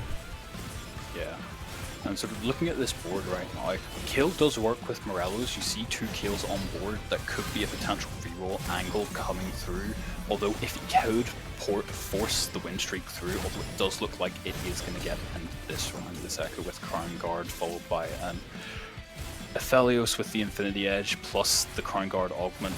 Does look like it's just going to be too much. Obviously an early Echo with items is always going to be very tough to get through. Yeah, and obviously that ultra solidifying that fact. The Aphelios did have the Infinity Edge on that in his case. I think we've been able to clean up anyway, but nice that he gets the 2-unit win as well, just to deal some extra damage out as this first carousel lands, and we'll start to see a bit more direction come out from these players. Yeah, and one really interesting thing to note is that it does look like a lot of our players have picked economy augments. 2 of them have specifically picked economy augments that give you XP instead of gold. Very interestingly, that means that you are going to have to play for those 3-cost reroll comps. Sometimes, usually, you're going to end up playing for those 4-cost comps, which cap out with 5 costs. Think Heartsteel, Ezreal Zed, think maybe Twisted Fate into maybe something like a Ziggs 2 Sona 2 and get a very capped out board that way. So how they choose to go about this is going to be very interesting. And a Senna headliner in shop here for our player, Only X, on 100 health. I mean, with Ginsus and Rageblade already slammed, it's hard to see how you can reject this. Yeah, I mean, you can see the sort of thought process going on there. Do I want this? Do I want this? Do I want this? And 5 seconds left, choosing to throw it in. Obviously not getting rid of that 2-star Jinx for the items on its own, but does have that really, really strong backline now, and the front line not too shabby either. Taric with the Ionic Spark, just a little bit of extra defense, means those ability coming in are doing a bit of damage as well with that Shred. But this Echo is doing his best to minimize the losses of this round. Yeah. So it does look like Only X did want to play that sort of Kayle. Whenever you look at the Ginsus Rageblade Slam, that would be typical Kayle itemization. However, hitting these 4 Sennas so early on, you've got to think that these items do work on a Senna. They're maybe not ideal, but they do work. Is that something that you continue playing for, or do you pivot? It will probably depend on what his 3-2 roll down looks like and how many kills versus how many Sennas he hits. Absolutely. Look at this cheeky little punk board. Nothing else, just 4 punks hanging out, having a nice time together. Little Gambler's Blade with the Ginsus on the Jinx, so hopefully printing out some gold over there. Obviously, does feel a lot better when you have that minigun Ginsus stacking all the way up. Can start just farming a couple of gold every round. Obviously, the 1% drop down's not huge, but it does feel nice. There's closer, a little bit of econ in, and does seem to have pushed him into a couple of slots as well. Obviously, sitting on 30 right now. Allows him to buy that cannon as well. Yeah, absolutely. I mean, being in this position with 5 Jinxes and a Vi is good. However, not having that Jinx headliner is very risky. If you can't manage to hit this Jinx headliner, I mean, he'll have to hit it on 3-1 because that'll be the point where the game will force him to level to 5, and at that point you're only getting 30% odds, I believe, to hit 1-cost headliners, so it's really not where you want to be. And ideally, these punk builds, they don't want to roll down to 0, they want to slow roll, because these guys want to be rolling every turn to make use of their punk value, and if you end up having to roll every turn on 0 gold, it's very hard to build that economy. Yeah. Of course, and we see... This is one of my sort of more preferred boards to play as well. I love having that Heartsteel line, but just even when you're having a bad game, I feel like boards that generate economy for you just feel so good to have, and when you're getting these extra resources which you wouldn't have had in the first place, it just... Something about the optics of it, and something about the nice little eco feeling going on. This Krug round, obviously, not too instrumental just now. We'll push YLCO into a nice little higher tax bracket here as he hits 33. Economy, getting a bunch of sentinels out of the orbs actually, so it could be quite nice with the front line that he already has set up to just throw in an Echo here. It does sell the Mordekaisers for econ, so won't be able to push for 4 sentinels just yet, and we'll be able to keep that 2 bruiser, 2 sentinel front line instead, as well as that Heartsteel, which is now stacking up. Yeah, I mean, a slightly unfortunate itemization here. You know, you've already slammed that Even Shroud, you've slammed that Deathblade, or not slammed it, you've taken it from your augment. You're committed into that AD line, and the game has just dropped you an Ionic Spark. And if you look at what you could do with that glove, you know, QSS and JG, it's not any better. So not being able to slam these items, it's not too bad because you do have the Heartsteel in, so you don't mind losing too much. However, with the Heartsteel changes, you really do almost always want 5 Heartsteel in if you are going to play it at an early stage, because that's the only way you can really build up to those game-changing Heartsteel cash-outs. Yeah, a semi-early Katarina headliner as well. It'll be interesting to see if they commit to that. Restart with the crowd diver if it's just kind of going to act as a strong unit. For now, will be just enough to collect them this win from this round, as Echo's wailing on the backline. Gragas not tanky enough to deal with all these 3 champions. Ridley does pick up at that win, and we'll see if that Katarina plays more of a essential role in that comp, or if he just sticks to that disco line. Obviously has quite nice Twisted Fate items and had a pretty okay disco board slowly building up, so if he can just hold on to some wins, keep high HP, and then rotate slowly into it, that would be lovely for him. Yeah, YLCO here with some really interesting augment choices. Not anything that I think he'd love. He does look like he's thinking about Partial Ascension, has rerolled the other two. Is sort of questioning what he wants to go for here. There isn't anything that really stands out that it's a must pick for him right now. You know, it looks like he did go for picked up as well. Yeah, 5 Heartsteel here with Harm Assist and Crown Guard. I mean, 5 Heartsteel generally you want to be losing. However, this board looks extremely strong, really. Looks like it might mix streak, but it is going to conserve a lot of HP, which is exactly where you want to be with Heartsteel, being almost 90 HP with 5 Heartsteel in already. This is a lovely spot. Yeah, and with the Omnivamp and extra shielding coming in as well, it just means those losses won't feel as bad because you're taking out a few more units before you go, and it means that you just have a lot more time to collect those Heartsteel stacks up, get that loss streak really going, or as you said, just sort of win-loss to make sure that you're making the most out of that before you ultimately cash in. Absolutely, and this spread damage from the Senna is having a really hard time of taking down the Blitzcrank. Looks like she is going to finally be able to do it, but is it going to be soon enough? It just depends who's going to get the cast off first. Actually, neither of them get the cast off. The Aphelios does manage to just auto-attack down the Seraphine. Yeah, and SJCP here just sitting comfortably at second spot. Obviously, this early Blitzcrank and 2-star in this set as well. Such a nice, strong frontline. Yeah, that 2-star set is a phenomenal upgrade. It's just going to make a massive difference to this early game. It's going to conserve so much more HP, and it's just going to mean that you're going to end up going into stage 4 with a huge HP advantage over the rest of the players in the lobby. Absolutely, and we see another Senna headliner in this lobby, another rapid fire Senna headliner as well. At that, sticking on 3 rapid fire just for now. Use of that Aphelios will a little bit more, so you see. Just does feel a bit like the weaker Heartsteel board in the lobby right now. Obviously not full Heartsteel, but it's a similar sort of style with that rapid fire backline, and not quite as strong of a front line as well. We'll be able to pick up a win here against Blue, but actually now that I say that, if Katarina gets another ult off, this could go quite badly. Just a couple more ults to center. Very close. Oh! A little bit more healing than I anticipated. I don't know where all that healing came from at the end, but the Katarina was able to just pick that one up at the end, so as I said, I mean, it just feels like kind of a worse version of the Heartsteel board that we saw earlier, right? Which feels like it could do serious damage in this lobby.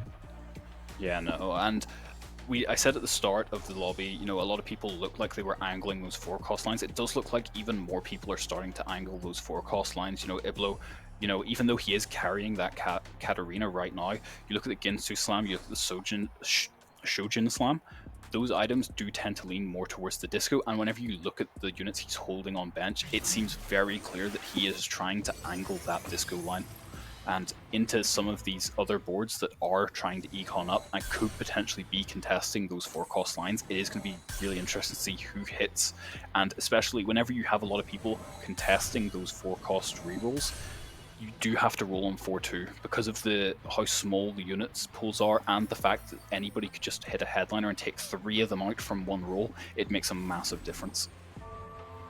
Absolutely, and as well as that, now that we are coming into sort of about 2 rounds away from rolls, about 4 rounds away from the last augment of the game as well, with these comps sort of solidifying themselves more, it feels like you're going to start to see people drop out who have either been force contesting things or playing a bit too hard with their economy. Nothing quite as bad as last game. Obviously, 3 rounds before this last game we had people sitting on 50 HP, so a much more even lobby, definitely, a much more contested lobby. While CO we do see dropping down to 55, about 3 rounds before Wolves, so perhaps not exactly where he wants to be, but if he's able to sort of turn this into a nice little roll down, a nice little bit of a win streak afterwards, and doesn't lose too much HP in the process, I think can still turn this one around.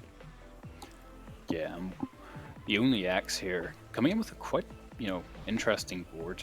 He's got Super Fan in, he's got, so typically you'd see Rageblade, Gunblade, that would be sort of kill itemization, potentially Twisted Fate, but then you've also got the BT, and then you've also got the Spark Slam. So this is a really interesting spot. It doesn't look like he's leaning towards any particular composition at the moment. Has taken Young Wild and Free, so it's going to be pushing that win streaking advantage even more, and it really is going to put those players like YL down at the bottom. It's going to be tough because if Spat pops up in Carousel, he doesn't have first pick anymore.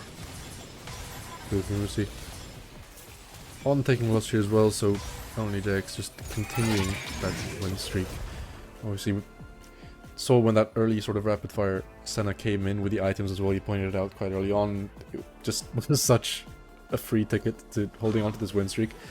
Sitting at a 10-game win streak now with fine economy, not lost a single round. You just feel like you're in such a good position as the only JX here, and with so many options to spec into as well. I mean, rapid fire, a comp which can scale incredibly hard as well. You don't necessarily feel like you're going to drop off ridiculously hard. Yeah, definitely. Looking at this board, looks like this Cassante is looking to be sold in a second here. Probably will settle for this cash out and then start rolling. However, being 40 HP, 3 heart steal, you're not going to get a big cash out here. Your economy is maybe your only saving grace, but you're not even going to be able to roll. Well, I suppose you could roll in this round actually. Finding a Lucian though, that is a massive pull. Finding an early Lucian on level 7 with Vampirism, you've got Deathblade slammed already. Unfortunately doesn't have a bow with those 2 rods, because you really want to be saving those rods to find a Ginsus whenever you're playing that Lucian. Not having a bow is going to force you to probably hold those rods or potentially kill them off, and then it's going to make it even harder to find good Lucian itemization. So really not a lot going YL's way at the minute, although that early Lucian, you know, it's pretty nice still. Yeah, obviously said not much going his way. It's still nice to see that 1% drop into your shop. I mean, does have the option of kind of bringing more Jazz champions as well. Jazz not quite what it used to be, but just to have that early game extra HP, extra damage could feel quite nice.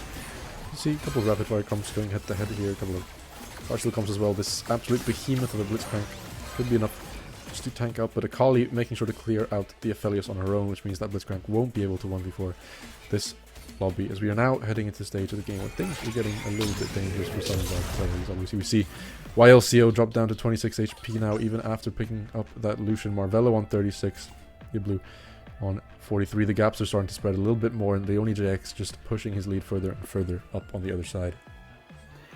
Yeah, and it'll be really interesting to see what YL comes out with here. However, you're looking at Iblu right now, you know, he is committed to this disco board like I suspected. However, he hasn't hit a lot. He's rolled all the way down to 0. He recognized that he probably had to roll on 4-2 regardless of his economy because of how contested 4 costs could potentially be in this lobby. However, just hasn't hit any sort of good frontline and is now overrolled slightly. He has a Blitzcrank in shop, he has an Echo in shop, forced to lock shop, and still isn't going to be able to buy it next turn even if he wins the round. So this is a very unfortunate spot to be in, and it's going to be really tough being on 43 HP and having to lock shop for probably 2 rounds.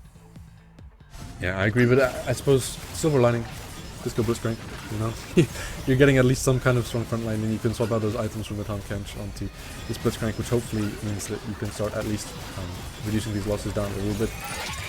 Having said that, down to 40 HP now, you're really gonna have to start thinking about just praying that you hit with the little economy that you have. Yeah, meeting the kill 3 on the other side at this point is really unlucky. You would have loved to play it a few turns earlier whenever you didn't have your board spite. It looks like he has just hit this turn as well. That's a triple combat augment kill 3. Doesn't have the gunblade, but has the vampirism to give that healing through through a different source. And, you know, it's very hard to see what he can do this lobby to bring it back. Absolutely, yeah. One thing I did kind of want to run by me, most as like some more experienced player, is there's a lot of debate over like which front lines are strongest, and obviously there's easier answers where it's like, well, it's just whichever one fits your comp best, right? But I think in general, if you're just looking at a sort of flat board, do you think you prefer the Sentinel front lines, these Guardian front lines, these Bruiser front lines, a mix of all of them? What kind of is your pick of the bot? They're all fairly similar. They all do fairly reasonable effects. I think Sentinel probably is the strongest effect of them all. However, having said that, it's just whatever fits your board, because obviously something like Sentinels don't have any 5 costs, whereas the Guardian or Bruisers do have 5 costs. You've also got to take into consider unit quality whenever you're thinking about things like that. But yeah, typically it would be Sentinels. Absolutely, and I suppose, yeah, with just the units available as well, Blitzcrank being such a highly contested unit across so many boards, even if you're not really going for that disco comp, just having, you know, like a 2-4 Sentinel front line, and just works so well with so many tank items. Iblo does manage to find a Blitzcrank with a defensive item, which is quite a nice pickup. However, does not manage to get Ziggs, which would have also been a lovely pickup. Ziggs with Rod. That does in fact get picked up, and Duo managed to also find a defensive item. And sitting just on that 18 HP now, that Blitzcrank. Defensive item quite nice, but obviously won't have the economy to even try and force into something like a Blitz 3 or whatever. We look now at the Punk reroll board, which is starting to gain a little bit of steam. Only 3 stars are the 2 backline carriers right now. You have the Caitlyn in for a little bit of that rapid fire buff as well, but Jinx being on the Punk headliner does mean that if you don't get the emblem here, you're kind of wasting it a little bit. I don't really want to say wasting, but it's more so just you're losing out on a free trait, right? Yeah, no, you're absolutely on the right lines. Jinx headliner is quite interesting actually. A lot of pro players will tell you that something like a rapid fire Jinx is better than the Punk Jinx, and they would be correct. However, the thing they don't consider is that if you can manage to find that Punk emblem, the 6 Punk does end up capping higher than the rapid fire Jinx, which especially if you can find something like a Lucian to give the rapid fire with the Punk emblem, works really well with the AD. That can be a way that AshQ here could cap out his board and manage to make a comeback here. You know, it does look like he is probably playing for top 4. He's very far behind the curve of where you'd like to be with a Punk board right now, not having any 3-star frontliners. If he can manage to hit them and stabilize, we could see him make it all the way into the late stages of stage 5, I think, maybe stage 6. But the problem is the Punk board, if you don't have enough HP going into stage 5, it is very hard to win out games just because of the fact that you are sacrificing a lot in the late game for a very strong early game. Yeah, and possibly a little bit unlucky in that round. Obviously, Lulu getting that perfectly timed polymorph meant that Jinx couldn't clean up those last few members, and takes quite a hefty loss in the end. As we swap over now to this disco board that we saw earlier, that Blitzcrank becoming a much heftier frontliner with the Heartsteel and the Gargoyles both available. Gets 2 casts of his ult off, which means that PF gets 3 of his own, but still not quite enough, and we take a massive loss here. Blue all the way down to 3 HP, so just about surviving, but one more will be fatal. Does at least make it to the Raptors round, that being said. Yeah, Iblo really playing a disco board from a non-typical disco spot. You know, normally you'd like to have those economy augments to make sure you can hit your disco board and then push levels, you know, or maybe playing from a win streaking position where you have that HP conserved, you know, maybe forcing disco from a spot that maybe shouldn't be played from disco. However, having said that, if he had hit on 4-2, this would be a very different situation, which is, you know, the unfortunate nature of this set, where if you just hit that headliner, it does solve all your problems a lot of the time. Yeah. Absolutely. A little KDA7 board in front of my eyes. I feel like I don't see this as much nowadays. Obviously, I mean, KDA was a bit of a thorn in my side for quite some time, so not entirely complaining. This is quite a devious little Blitzcrank as well. Has that Crown Guard with the double Warmogs, meaning just that shield gets so much extra value as well, being buffed by the 2 items next to it. Picking up the Zed headliner as well. Yeah, this is going to be a massive cash out, you know, getting the Edge of Night on to that Zed. You know, getting a BT on the Zed does end up slamming the Ginsus, interestingly. Maybe just... he does seem to want to have board strength now, but I wonder if that was necessary, especially whenever you're considering you are going to lose this round anyway. Maybe just trying to see what you can get on that next carousel. Having a Ginsus on that Zed maybe just isn't ideal. It is going to prevent you. It's essentially like you're playing a 2-item Zed, realistically.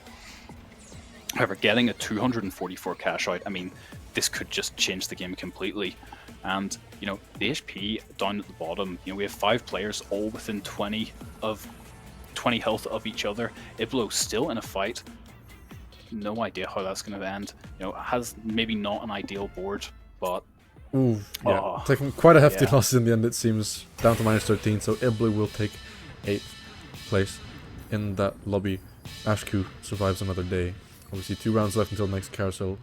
All these players down at the bottom will be hoping they can survive just a little bit more to claim one of those top 4 spots. You see, no 3-star of the Pantheon. Wasn't able to hit the emblem, so just got rid of the Vi altogether. And a couple of 1-star 4 costs not really looking too strong. It's very unfortunate here, you know, not hitting the Vi, not hitting the Pantheon. You know, I think he would have wanted the Vi if he could have gotten it. Then maybe you could have played for hitting an emblem off of Carousel. However, deciding he just wants to move items over to this Pantheon and try and 3-star the extra gold he'll get from the Vi, then missing the Pantheon as well. And it does look like this is unfortunately Ashton's end. You know, a slightly unfortunate Punk Gim.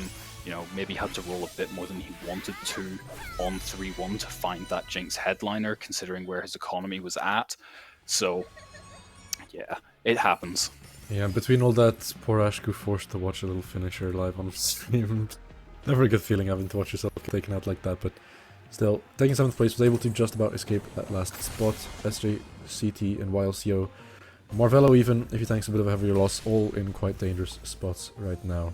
The top 3 in the lobby have cemented a massive lead right now, so we'll hopefully be able to turn that into holding on to those 3 positions for themselves. Yeah, and really interesting board here from Guido. Looks like that is... It almost looks like Z itemization, but I'd suspect it's probably more likely to be an Ares itemization in this sort of setup with what his board is. It's probably obviously way too lit to pivot into something like an Ezreal. Doesn't have full 3-star items on any of his carries, it looks like. You know, it is going to be a tough... It's going to be tough for the next couple of rounds. However, I'd suspect by about stage 6-1, he will have a very strong board, having that Lulu 3 once you get items. He just needs to settle his board a little bit. Absolutely, yeah. We do say goodbye to 2 more players in the lobby, so immediately before this carousel, our final 4 are cemented. YLCO will be happy to claim that extra point for himself. The other 3, especially on 6969, currently on that hot streak. Only JX tanking a few losses now with that early game start. There was a Punk emblem on the carousel. It's really sad to just see. Twisting the knife. Mortal just has a way with it. Yeah, hopefully they weren't forced to see that, you know. Maybe they were oblivious to the situation around them, but we'll see how this turns out. This Lucian now, obviously still just a 1-star, does have that second one available on the bench, so if they were able to 2-star, that would be such a massive power buff, but does have a couple of 5 costs in, as well as that Headliner Z with the Thieves Gloves, with not terrible items for this round, does have at least the Edge of Night available. Yeah, it does look like YLCO has recognized that his win condition is probably hitting a 2-star of one of these 5 costs, and then potentially moving items onto whatever one he 2-stars, if it's maybe the Kiana or the Yorick, but doesn't manage to hit any of them and just has to sit and pray that this is good enough. You know, the Lucian does have a full set of items. He will stack into this skill into this fight. He will skill better than this Ahri, but it's a question of whether the front line can just hold out long enough for this Lucian. You know, 15 seconds in, they're doing a really good job. You know, the Ahri or the Akali is still out there doing work. It doesn't take down the Lucian in time, and Zed does tend to win these 1v1s, even with a Thieves Gloves itemization. Good, yeah, but well, we'll lead to see another day here, so one last chance at finding these 2 stars as well. Obviously, if he's able to win more round, he'll be able to make it to the final PvE phase. Probably that he'll be seeing if he isn't able to 2-star any of them. Yorick picked up here will decrease those odds for him as well. Just a couple of 5 costs being picked up, sold around, trying to hit extra Yoricks, I assume. Just buying everything you can see. That 3-star Kale, though, with a pretty useful front line. Obviously, Gnar, not the tankiest just individually, but has a few items which mean he can last a bit longer with that transformation plus the Sterex. But yeah, no, he's really rolling down to try and find that 3-star Kaiser, not hitting it unfortunately. However, the rest of the board does find an Alawi. Alawi, whenever you have an augment like LVP does a lot of the time force you to sacrifice positioning in order to facilitate that LVP, which means you end up sacrificing, you know, maybe 1/2 of the space on 1/2 of the board. Those tentacles do allow you to make use, still contest that space without sacrificing your LVP, which is very nice. Absolutely, as we get to see a little bit of a look around at the lobby. YL obviously taken out, so we do have our final 3 here on 6-9. 6-9 has been on a rampage so far. Beedwo is holding onto this KDA Spellweaver line that he's built together. Does have a few kind of nice units. A 3-star Lulu will be printing out damage on her own, but the problem is not really many adjacent carries to buff with the attack speed. I mean, how's the 17 outside of that? not really doing too much with the hyper stuff. Echo, quite useful in his own right, but the 1-star Alawi, if they could 2-star, that would make such a difference, I feel. Yeah, I mean, this game really is on a knife edge for Beedro. He really wants that 3-star Seraphine. He has 40 gold. He really wants this 2-star Alawi. You know, there are so many big upgrades that could completely change the game. Also, on 69 there in first place. Does look like he just found the 3-star Mordekaiser there with that upgrade. Indeed, he did. That could be the game-winning upgrade. Looking at these boards, you know, having that 3-star Mordekaiser, especially whenever you have a kill with 2 Ginsus, buying all that time for those Ginsuses to stack is just monstrous. Absolutely. We see, sort of get a feel for how strong Beedro's comp is here. To the rest of the lobby. It's hard for me to keep a straight face when I see this literally just absolutely pumping in the background. Look at that. Boom. Yeah. Boom. Boom.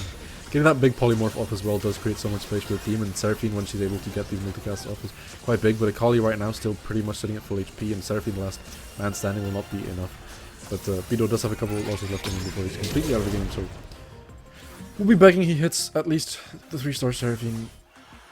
Not really much else for him to change into, obviously just starring up his Alawi. We do see his 2-star Akali come in for on 6969 here, 3-star Mordekaiser, and a 3rd item on his Gnar. Does mean there's just so much strength around the lobby, and with 11 wins in a row, including wins against both the remaining players in the lobby, you feel something big has to happen to knock him off that top spot. Yeah, I mean, the saving grace is that he does only have 9 gold right now. You know, the chances that he could push level 9, I mean, he will probably get to level 9, but it won't be anytime soon, which does buy time for the other players to potentially find something to just about stabilize them in this fight. Although up against 3 fully itemized 3-stars, you know, very strong itemization, triple combat augments, it's really hard to see how this could go wrong on 69 at the minute. Absolutely, and another one of these, man. Come on, let's have some shame. Yeah. Have to watch through a 5-second cutscene just so you can get into the next lobby. Still, Beedro won't be too displeased with 3rd place, was able to outlast YLCO as well. We come down to the last 2 players in the lobby on 6969. The current favourite, obviously. JX, 2-starring a Seraphine won't change too much about that lobby as well. Yeah, really unlucky from Beedro there, going out in that 3rd place. You know, didn't manage to find the Seraphine, didn't manage to find the Alawi. Alawi's a little more unfortunate than the Seraphine. Did end up pushing levels to try and strengthen his board, so did run the risk of not hitting that Seraphine. However, still rolling all that gold and being stuck on 7 Seraphines for so long, it's really not what you'd expect. We come now into the next battle. We're going to see these 2 face up quite often, I fear. Yeah, I think we may be in for a 7-1 here. Absolutely. Akali now is putting in quite a bit of work. Mordekaiser just about surviving enough to get one last ult off, which means that the Gnar is able to get a few more stuns in, and quite a hefty win in the end of 4 minutes. Getting through the only JX, dropping down to 29 HP. Couple more rounds left in him. See if he's able to do anything major to turn this one on its head. Yeah, I mean, whenever you actually look at what's happening in these fights, it is still very close between these 2 players. You know, having this sort of KDA board up against this kill board, Yari bursts through the Mordekaiser very quickly. Ari obviously excels at single target damage, and if that kill can get into the backline, we did say that he has the vampirism healing. That's not going to kick in, but very much, because he is still on 63 HP. It will be a problem later, assuming that he can start to turn some of these fights around. However, matchup wise, these fights are much closer than what they are right now, especially having that Alawi on bench. If you can manage to find that 2-star Alawi, it could make a massive difference. Absolutely, and we'll see just a little bit of reshuffling here of the positioning.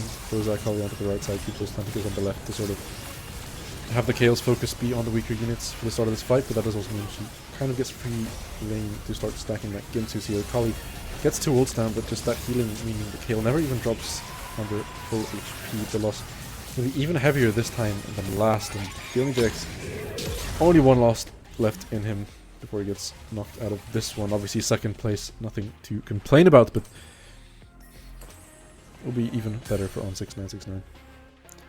Yeah, I mean, we said that the kill wasn't healing up, and the kill wasn't healing up that much, but the problem was the kill's just not taking damage, and that's a result of the LDP, you know, sharing the kill and the Mordekaiser sharing stats, both being utilizing the AP stat very well, but also sharing, you know, giving those armor buffs over to the kill, making her more resistant to the damage in the first place, just means she doesn't have to heal up in the first place. Yeah. And I mean, what major change, I suppose, the 2-star Alawi has dropped in now, but I just don't think it'll be enough. That front line, just not enough damage available in this comp to clear through all these champions. Mordekaiser giving his ult off the stall out so long, meaning he outlasts, the Alawi outlasts two other frontliners, Echo drops. Kali can get one big ult here, maybe can look to do something, but Gnar just getting multiple stuns back to back, and that will be the final loss for the Oni JX. On 6969 picks up a huge win to give themselves 9 points going into the next game. Fantastically. And our beautiful faces are back on screen. I know you guys must have missed us during that little 40 minutes that we just went through. The scores are being updated as we speak as well, so we'll come back after the break to go through that. But Chris, just before we leave, any thoughts on how that game went real quick? Anything again out of the ordinary, anything you sort of picked up on specifically that you wanted to talk about?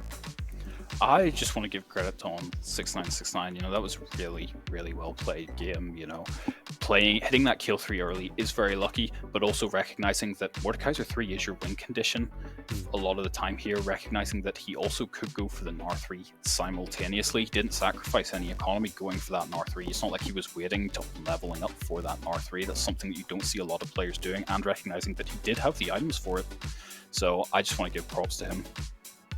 Absolutely, and once again, congratulations to on 6969. He picks up 9 points there. Obviously got 8 in their first game as well, so sitting on 17 from a total possible 18 must feel fantastic coming out of those first 2 games. A really, really quick start to these finals. Now we are going to head off onto a short 5-minute break yet again. When we come back, we will have our final game of the day and hopefully an interview from one of our top players. Thank you.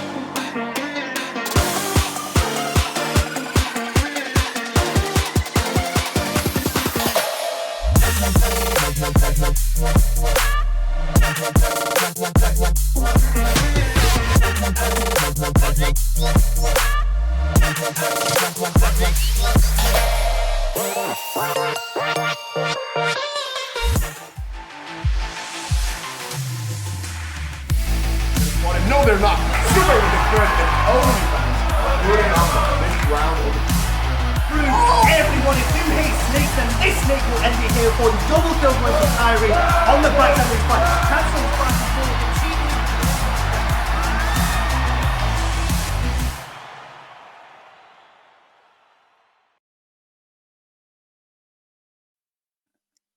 Good evening, everyone, and good night, everyone. Welcome back to the University Esports UK and Republic of Ireland Spring 2024 Teamfight Tactics Season Round 1, Game 3 Preview. I'm trying to think what other words I can add to that title every time I come back. Anyway, we're fantastically happy to have you back here as we are about to do our preparations for the final game of the day.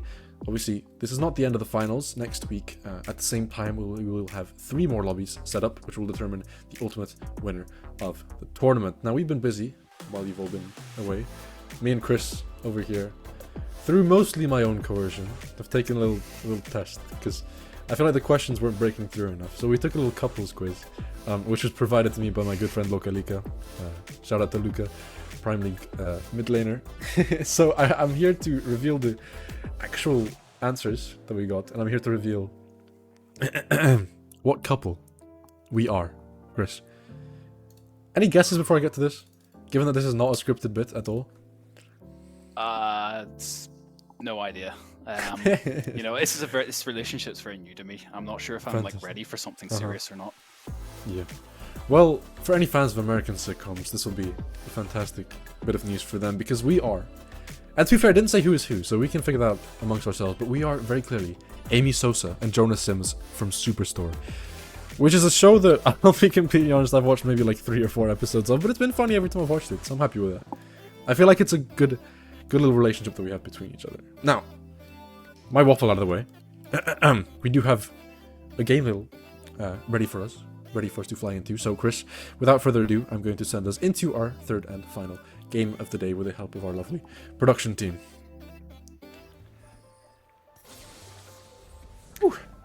We're in. And into the stage 1, it does look like we have been thrown into pot of gold. So probably a very standard game of TFT. Nothing super, unexpected will be happening. Might benefit those compositions, those 4-cost compositions that can cap out their boards a little bit more, but they still do have to get to that 6-1 stage for that to be relevant. However, looking at the board here from only JX, having, one of our players who is on the cut right now, he is trying to just tip himself over the edge into that top 8 on 9 points currently. So, got a good start though. 2 2-stars already with that headliner Olaf could be really strong. Totally, and that bruiser frontline so early in the game, especially if you get an augment that is so nicely centered around it. Heavy hitters, etc. I know there was a comp a while back, I'm not sure if it's still a thing with the heavy hitters where you just force 6 bruisers very early in the game, then rotate into like Ezreal, Karthus, Akali, etc. So it might be a little bit different now, but it was just very fun to build, and if you found your carries early, felt like it could scale incredibly well. Yeah, and the only JX here, I was about to say, had that Disco Nami, could have, if he found a Gragas, potentially play some kind of bruiser disco board with that Gunblade on bench. However, has gone the complete opposite direction. Now he's playing rapid fire with this bruiser frontline and has slammed BT instead. It's a little bit awkward, however, is trying to play strongest board now with that escort quest, getting 3 gold per win, just trying to push his advantage a lot, and especially saying he is a player on the cut right now. He doesn't need to go for first to win. He probably needs third, I would imagine, probably second to be sure. He doesn't need first. I'd say he's more than likely to make it if he gets fourth. Third is probably, I would say, in as well. So really trying to, not just thinking about this week, but thinking about the future weeks and trying to get as many points as possible. Yeah, of course. And just as a reminder to everyone watching, we'll just go through the list of the players in the lobby to see how they stand so far. So obviously the only JX currently on 9 points out of a possible 18. Humble Dog sitting on a clean 4 points out of a possible 18. YEUS, so many on 9, is currently sitting on 16. Second place overall in the standings so far. Ponka, our own MTU, favorite. He's sitting on 7 points, so quite a rough start for a player that came in as the second seed. Cool right now on 13 points in 6th place. YLCO right now on 15 points in 3rd place overall.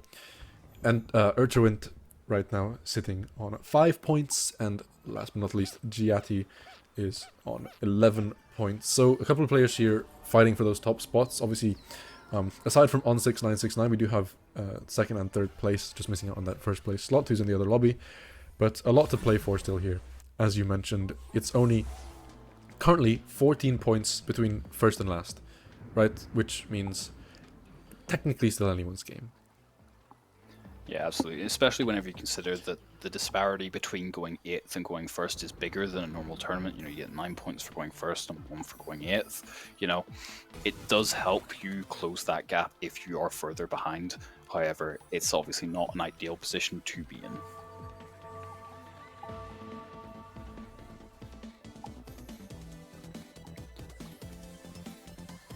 It does look like our 200 streakers are going to meet for a fight here. You know, GS Slam on the Evelyn really isn't ideal.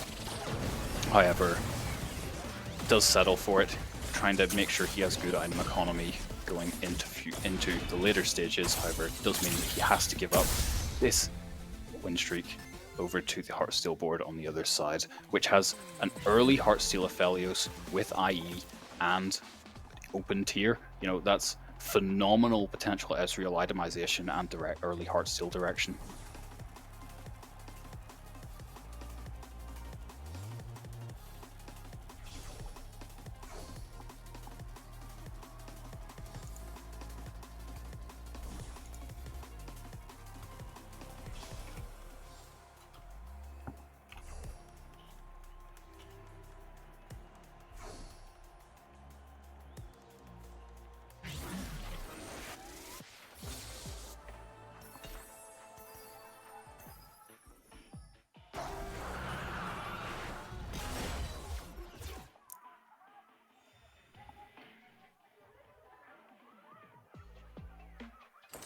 My apologies.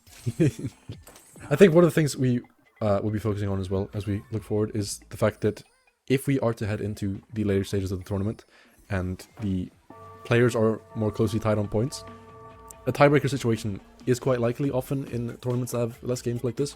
So if that is the case, then the team, or the player, my apologies, the player with the most overall points throughout the entire Swiss stage and playoff bracket will then take the win over there. So just a thing to keep an eye on as we head into the later stages of the tournament. Yeah, and looks like we have 2 people here with really good early Heartsteel direction. You know, we see open tier, Red Buff already slammed open tier and open glove. That could, with the rich get richer, you know, one of those economy augments that you do tend to need whenever you're trying to angle the Heartsteel line. Another player here trying to angle Heartsteel at the minute, you know, does have a very, you know, wide array of options he can choose from. However, looks like he's trying to go Heartsteel. Not sure if it's the best play, you know, considering playing Heartsteel from a lost streaking position. However, does have that patient study to try and subsidize the economy that is lost a little bit. Absolutely, and oh, bye-bye. Yeah, as you mentioned, just has that available just to make sure he's not losing too much of this play. Luckily, going into Urchawint here as well, quite a weak board, so will only really tank 3-unit, maybe even 2-unit loss if he's able to just knock down this Cassante with 1 more auto, so ends up not losing too much of that quick sell. Yeah, really nice from YL here. He ended up selling his board, keeping the only 2 Heartsteel units he needed for that matchup specifically. Ended up getting it, and it's going to really change the dynamics of this lobby. We're going to have a really poor lobby here. Only 1 player on 5 loss streak, 1 player on 5 win streak. You know, although a lot of our other players like YEUW here, you know, he has an early 4 Sennas. I was going to say an early 2-star Senna. He has 4 Sennas, a Nashor's Tooth, and a Rod and open belt on bench with a combat augment as well. You know, this is one of the best spots I've seen all day. Yeah, absolutely. Do we see people lose PV rounds in comp play?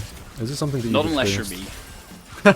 I never see anybody but me lose them. Of course.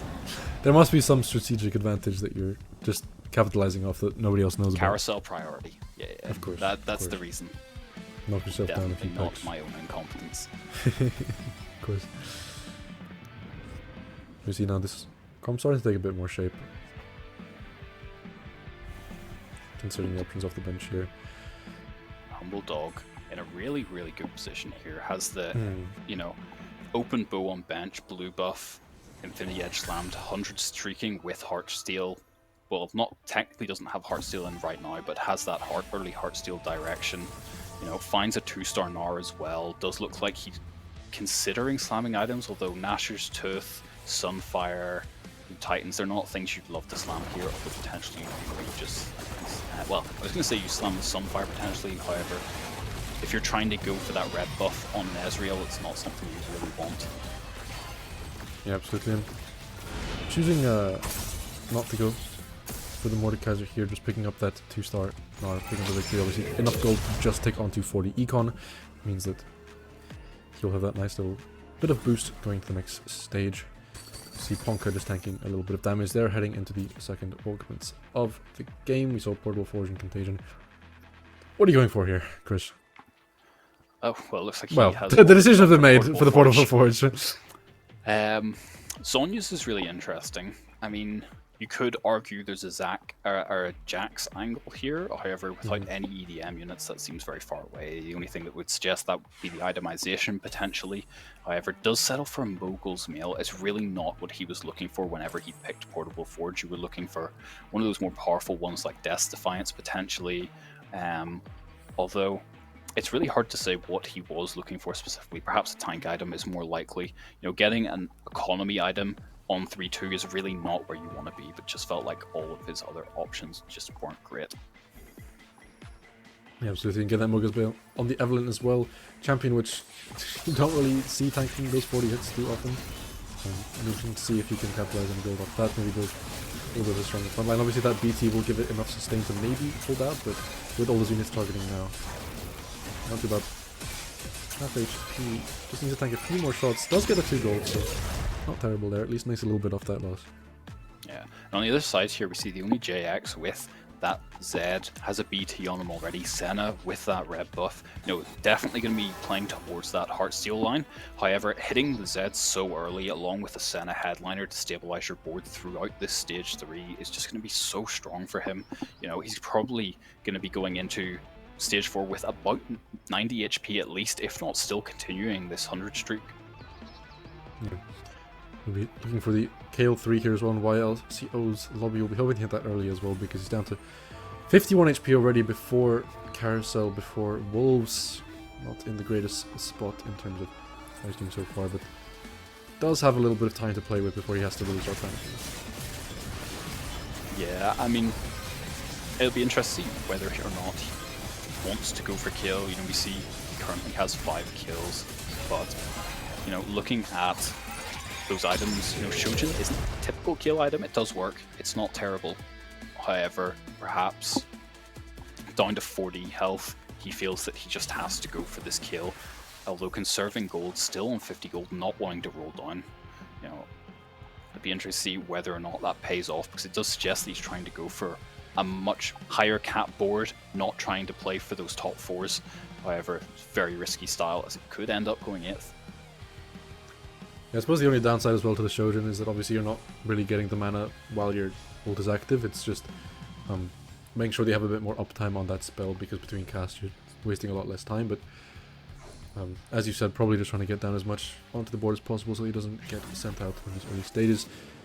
Because we've seen, I think so far, 4 people among all the lobbies get knocked out before Raptor stage. And YLCO is at the lowest that we've seen at this stage in the game. I mean, I would definitely say in terms of lobby tempo, this has definitely been the strongest lobby we've seen so far. You know, I don't mean in sort of terms of player skills and means people are playing better. I mean more so that, you know, the units they've hit have just been, their boards they are hitting, they're just so much stronger than what we have seen throughout the rest of the day. You know, we've seen many Senna headliners, you know, a couple of people with, I mean, is it 3 people with Senna? 2-star Sennas on their board. People with early Heartsteel, economy augments, you know. It's going to be a much tougher lobby to get through. Yeah, we see a sort of variation of the country executional line here as well. Has a Jinxon is with a bit of extra damage, but doesn't seem too strong at all. Tunso cool in a okay spot anyway, so can probably just chill around once they hit level 7, start rolling for those Samiras if it's something they really want to spec into, or for now, it might just be a little bit of a placeholder comp as well. Early Blitzcrank, but not much space to put it in without losing something that you don't want to give up. Yeah, Humble Dog here, trying to continue this 100 streak into stage 4 with Heartsteel.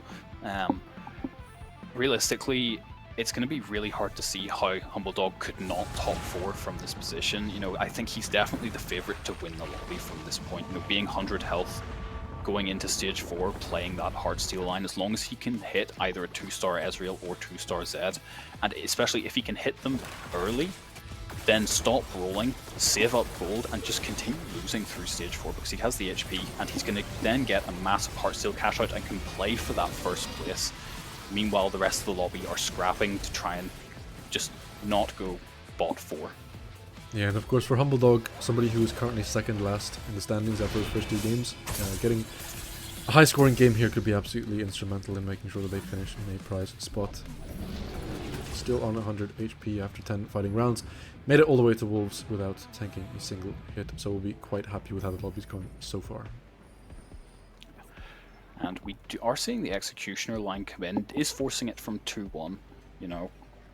Maybe not something that people have been playing a lot of recently. However, the Executioner line has become a little bit more popular again. I recently saw it piloted by Dishso on his way to winning North American finals, and is on his way to Worlds. He did run an Executioner comp to a 2nd place. However, it's just not something that has been popular in the meta recently, purely because of just the fact that everything else has been buffed, and it sort of got indirectly hit by a lot of those Twin Terror nerfs whenever that Twin Terror comp was, you know, tearing everything apart. However, it also means that, you know, the line is a lot more uncontested because people just aren't looking for it as often. Hit a 1% Sona there, but no real space for it in the comp, sadly, so having to pass up on that one. Getting the 2-star Vex as well, so a little bit more strength in that backline for Tunso cool. Still above half HP, so not too worried just yet, but obviously would like to see some more strength into it. The headliner set does provide a bit more time for his backline. Executioners 2-star getting those spells in as well and picking up those low HP targets. Yeah, and the only JX on the other side looks like he rolled on 4-1, recognizing that Heartsteel is probably going to be 3-way contested. This lobby wanted to hit first, didn't manage to find any headliners, and he is on 0 gold now. You know, this is a really, really dire spot from him. You know, he has that HP buffer, however, not having any economy. You know, it looks like he bought the Karthus on his bench and didn't get it in time as well. It's really unfortunate. Absolutely, and big win in the end there for Tunso cool now. Keeping himself in that top half of the lobby as we move into the last augment stage of the game. Humble Dog still undefeated on the other side of the lobby. Ponka and Urtrawind suffering a little bit. 2 players who have not had the greatest success today, but immediate 2-star Ezreal coming out. Obviously no headliner just yet, but with best in slot as well on that champion, Urtrawind could start to see some big wins coming in. Obviously if he's able to just bolster up that front line a little bit more. Yeah, no, still doesn't have a headliner in, and is one off that 2-star Zed as well. You really feel like he sort of needs to roll to stabilize this board. He's playing Heartsteel on 36 HP with economy augments, you know, not a lot of combat par there. Did manage to find an Aegis on a dummy, which is by far the best support item at the minute, giving that extra attack speed and armor to the front line. However, will probably be stable up until 4-5, I'd imagine, but then you might start running into some problems. Obviously did just slam that headliner and that as well to bump up to 4 big shots. We'll give that Ezreal a bit more power behind these ults. I guess those crits as well be able to retrieve, but that jump from the Ezreal just a little bit grief, maybe dashed into the 3 Executioners and got 1 tap on the back. Should still have enough damage though with that MF and Aphelios on the backline. Karthus won't get another cast off, so we'll just clean this one. Yeah, not greeting that headliner is key this fight. You know, the MF, without that headliner MF almost certainly would have been lost due to that sort of Ezreal tried to grief him, you know, not his fault, but it happens sometimes. And Disco board with Illusion. Yeah, really interesting pivot here. It's hard to say where this went. Obviously this was the kill board, we saw previously, thought he might be going towards Kale, although without good items has obviously decided against it. Has that red buff on the Lucian. Interesting to see whether or not he's going to be playing towards this Disco line, or whether he might be looking towards something like a Lucian line. Right now he's playing a combination of the two, which is really interesting. I haven't seen a lot of this before. However, generally you want something like a red buff on either your Lucian or your Twisted Fate. You know, if you are going to play Disco, you would want it on a Twisted Fate, so you can spread out that anti-heal on the targets that the Twisted Fate is hitting. However, if you play towards the Lucian board, you're obviously going to want the extra attack speed. It will be interesting to see how much they can make this, or if it's something where they will eventually pick one of these board lines, like the Disco, as you mentioned, or force you more into the Lucian comp. Obviously, a lot of sort of just small traits being added in. You got the 2 Jazz, 2 Bruiser, 2 Dazzler, 2 Rapid Fire, 2 Sentinel. You throw in an Echo, you swap that into a 2 true damage as well on top of it. So just kind of activating a lot of different traits, making sure all those units have different power in different areas. Yeah, no, a really good job of, you know, rolling down, seeing what he hits, and making the best board he possibly can out of it, rather than forcing a specific comp. So he's done a really good job with stabilizing his board. Dealing with this next carousel, leading us into the Raptor stage. Ponka in severe danger here, a player who we saw get knocked out quite early like this in the first game of the day as well. Yeah. YU here, hitting that Senna 3. It's going to be really tough for the lobby. You know, unfortunately has quite a rough KDA pattern. Normally you would want to sort of frontline something whenever you're playing a Senna, just so that the opponents tend to clump round the one frontliner, so you can maximize the value out of your ultimates. You know, so not having that is quite unfortunate. Yeah, but I mean, again, just sticking onto so many of these different traits. That Superfan giving the best in slot for the Senna with that 3-star, with that headliner, with the true damage as well. Taking on the Rapid Fire because of the headliner. Just so strong individually as a unit, and completely untouched in this lobby so far. Yeah, and coming up against a 1-star Ari on the other side, you just have to imagine it's not going to even be close, and you see the Senna just one-shotting the Ari. You know, Senna is by far the most powerful of the 2 cost comps, and you know, if you manage to get the if you can manage to push levels to level 9, or if you can manage to hit a 3-star Echo, which is very, very difficult in the current meta, but still sometimes happens, that's how you see these Senna boards really win lobbies. But Ponka here manages to hit was able to that win the last 2-star round Vega. as well, before getting into that 2-star Vega, which means hopefully we'll be able to start building up a little bit of a streak going on here to make sure they don't drop into that dangerous 1-loss territory.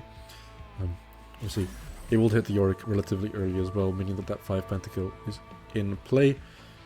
Won't be able to hit that 3-star Mordekaiser in their current state, but having 2 stars on the Vega as well to have that sort of extra carry available, and 1 away from the 2-star Karthus could be.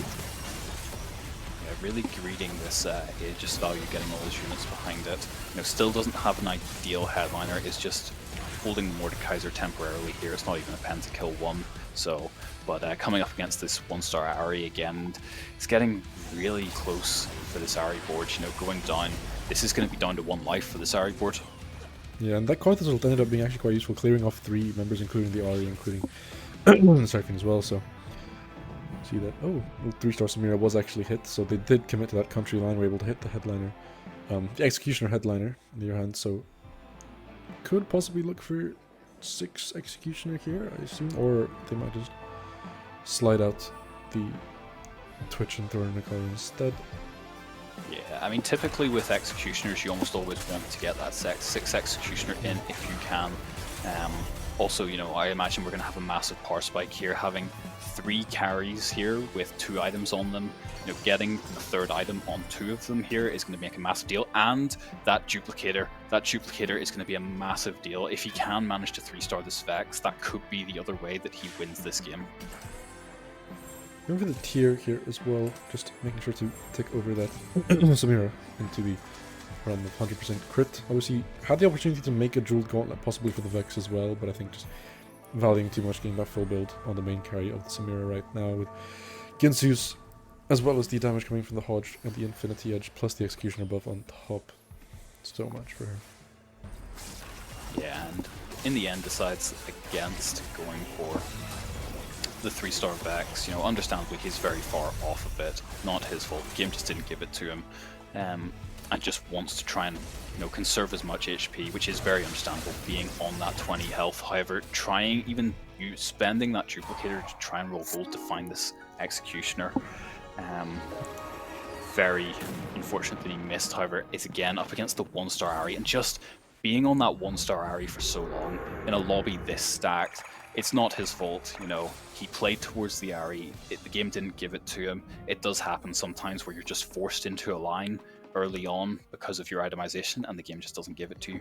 Yeah, and a tough loss for Jetty here, who was sitting at 7th before this game started. Will definitely take a hit off that 8th place.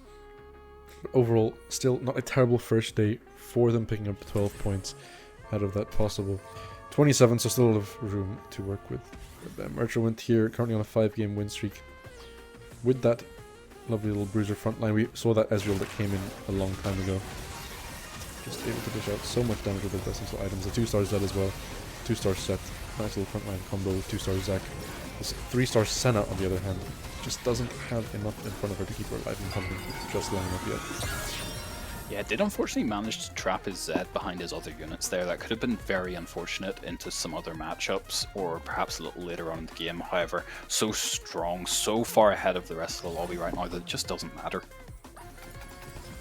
Yeah, interesting they chose to drop the 4 big shot in return for 4 bruiser frontline instead. I think just valuing having that tankiness instead. If Ezreal's getting like 3 or 4 more casts, it's worth a lot more than just having the extra big shot buff anyway, so wise choice in the end. Yeah, it makes perfect sense. Fundamental TFT, good frontline, good backline. Yeah. And hey, good frontline here. We have that headliner 8-bit Caitlyn as well, the only 8-bit unit in the board, but is making use of that passive on her own. Has the Runans, the blue of Infinity Edge. Does the Runans proc off her ultimate? I believe it does. Similar to Akshan in set 9, works fairly well with Caitlyn. However, does look like the item suggested that he was playing towards an Ezreal and either missed or didn't roll down. Playing this line to the absolute edge is going to go to 1 HP, but will have 50 gold to work with and has already spent a lot of that gold on leveling up. Only 30 gold away from it. Is going to try and play for one of these massive giant capped out Heartsteel boards and go for that first place, thinking, I assume he believes it's the only way he can make top 8. A couple of possibly useful emblems on the board as well. That Executioner emblem could be the Force to 6, that Bruiser emblem as well, possibly being picked up. Both do go almost immediately. Obviously, Urgewint has the Bruiser headliner as well, so we'll be able to maybe just have 6 bruises with that incredibly strong backline. The Ezreal, True Damage, and Executioner also picked up. Yeah, the True Damage emblem for the Senna is always a massive deal. Those 3 players have just had a massive power spike. It's whether or not some of them may have just hit it a little too late. It's very hard to know at this point. A lot of these players still reasonably close on HP. We don't have anybody who is on that 70 health going into stage 6 like we have seen in these previous lobbies today. But these fights are going to be very close. A lot of these boards are quite similar in power level. And we did see YLCO and Ponka both get knocked out at the end of the last lobby. The only Jax here on his last legs up against Ghost of the 3-star Samira here. So he only has 1 loss left in him. We'll see what this Karthus ult is able to do. Quite a few units cleared up, but with that Mordekaiser dying now, there's pretty much no tanks left, and with Samira and Vex still on the board, this Karthus ult doesn't seem like it's going to be enough. Samira not even targeted, so the Oni Jax will drop out just under Humble Dog. Unfortunate timing, so doesn't get the +1 point. Just manages to never mind. The execution damage came in as I was speaking. Just trying to make me look bad, man. So the Oni Jax, actually very lucky. Counter to what I said, so does get that extra point, which will be very good as they slide their way up the lobby, and we find our way into the final 3 of Game 3 today. The cutoff for top 8 here is going to be on a knife edge. A lot of these players really close to making top 8 who were on the edge, taking a lot of 4ths and 5ths, seeing who ends up where is going to be really exciting. However, hitting that Executioner emblem probably just sealed Oni Jax's fate here. Could have potentially even snuck in for a 3rd there if that Executioner emblem hadn't come on carousel. So quite unfortunate, I'd say, for him. Yeah, and I will say most of our sort of top scoring players in this lobby have been knocked out. Why use so many? The only one still left in. With where he is right now, he's guaranteed to go first at the end of the day. Given that in the other lobby, on 6969, was knocked out rather early and is currently sitting on 20 points. So with this final 2 finish for YEU, so many. As long as Chucky doesn't win the other lobby, he is guaranteed a first place. If Chucky wins, then YEU also needs to win. Yeah, and this Heartsteel board looking like it's trying to push level 10. You know, not sure if it's going to get there. Might get there just to throw in one more unit. Potentially could be in a lap for that 6 bruiser just to be that next little power spike. Getting that 80% bonus health rather than 40 is a massive deal, especially on a unit like Zed. Of course, and does have so much money to play with here as well. That's 76. As well as the pot of gold now finally coming in. Pot of gold with only 2 members left in the lobby must feel absolutely fantastic for both these players. They were able to hit like never before, leveling up to 10 and it's rolling all the way down, picks up that 2-star. Lucian, ignoring the Sonas. Does have a Bruiser Headliner Ilaoi available, will pick it up immediately. As we see more Bruisers get thrown into the lobby. Gragas on the bench, chooses to skip it though. It's interesting. Yeah, so not just going for the press 6 for time. Bruiser. You know, trying to make sure he can get his board together and, you know, positioned the way he wants it to be positioned.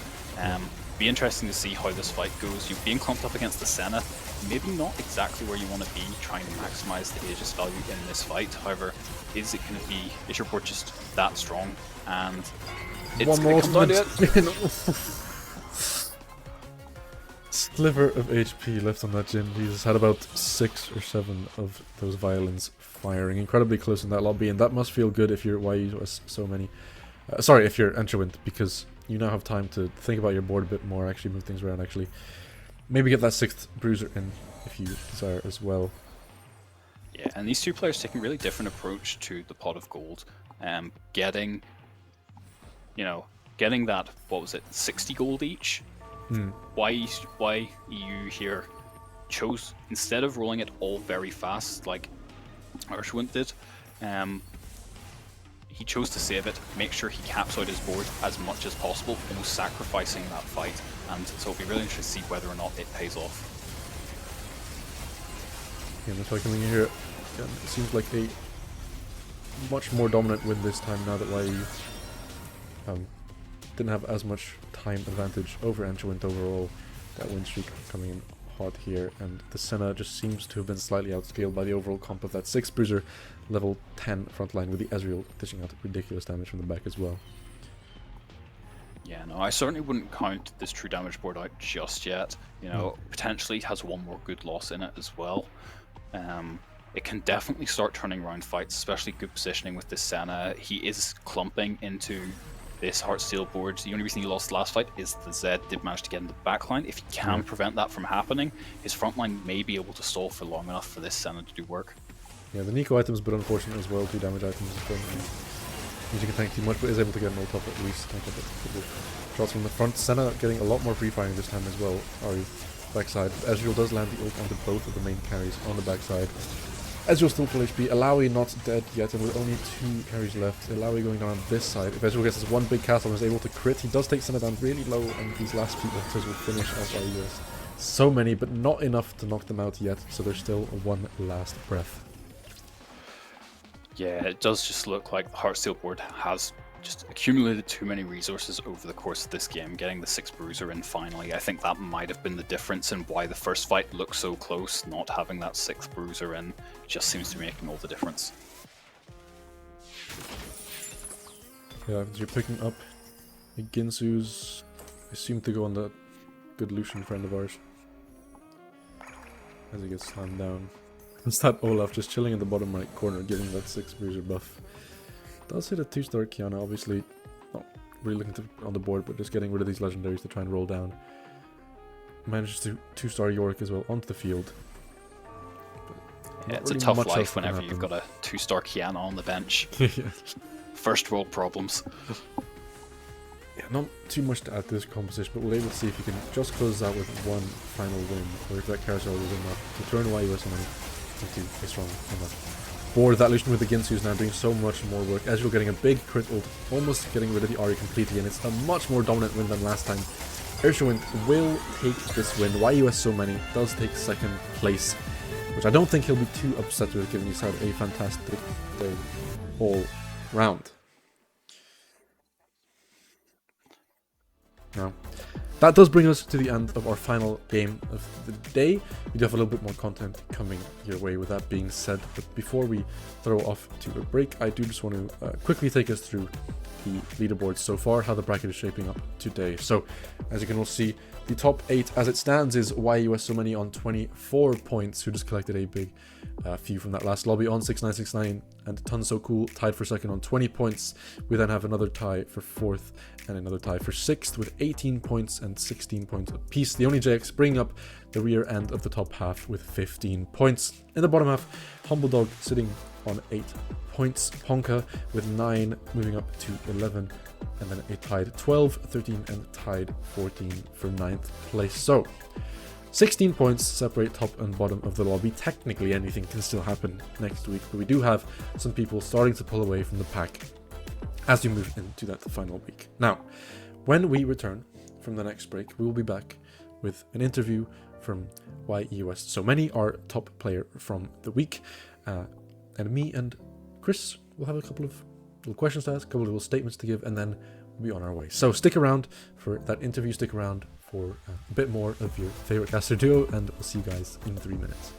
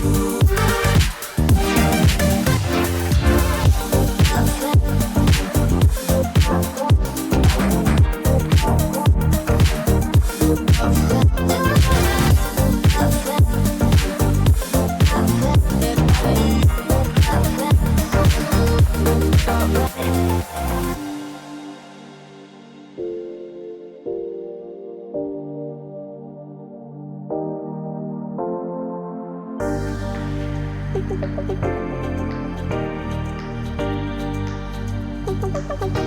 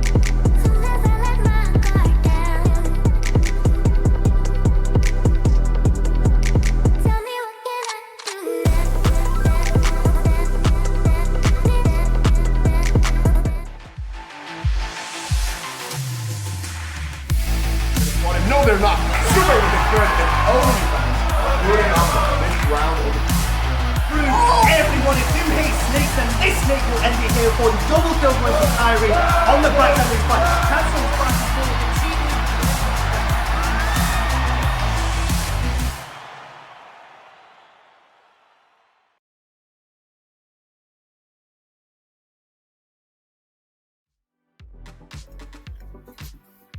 Good evening again, everyone, and welcome back to the cooldown segment for the University Esports UK and Republic of Ireland Spring 2024 Teamfight Tactics season. That was a fantastic first day of games that we just had, and to top it all off, we are joined now by our tied second place player, Tun So Cool, who's just going to answer a few questions for us, give us some insight into these fantastic players that we had on show today. So, first of all, hello, Tun. Do you want to just quickly introduce yourself to everyone? Hi, my name is Tan. I'm from Durham University. Right now, I'm a first year of master student. Fantastic. So, first question, I guess. I just wanted to ask, what was your mind like when you went into these games? Did you want to be more aggressive? Did you want to be more reserved? Because obviously you started very strong, but I wanted to understand sort of what your plan was going into this. Yeah, actually, I try to win early because when you have a lot of HP, a lot of health point, you can decide which comp you want to play, and so you can flex many comp as well as like I try to itemize first, and then I try to figure out what comp should I play after I got an item. Yeah, that's it. Yeah. I mean, obviously, flexing between all these comps, it's definitely the best strategy at the minute, having all these different things to choose from because of the balance the game's in at the minute. However, what do you tend to lean towards at the minute? Sorry, again, please. What compositions do you prefer? Actually, I like reroll comp like Executioner, Riven, or something like Seraphine or Sienna. But that depends on luck. Which one come to my shop, I gonna buy it and I gonna play it. Yeah, so it's just hyper flexible strategy. Yeah. Fantastic. And then one more question just before we go. So I wanted to ask, looking forward to next week, you're second place right now, 20 points. What do you think you need to do to grab that top spot? What do you think maybe needs to change, or do you think you're going to stick with the same playstyle but maybe just get a bit more lucky, maybe just hope to hit more? What do you think has to change for you to move into that first place position next week? Yeah, what I should do is that I have to look at the meta first, which comp is the best, and then I have to scout more, because when you look at other bots, you will see which comp are they gonna play. And the last one is that I have to practice and pray to the god that wish me luck. Yeah, because TFT is just a luck game and you have to use a little bit skill. That's it.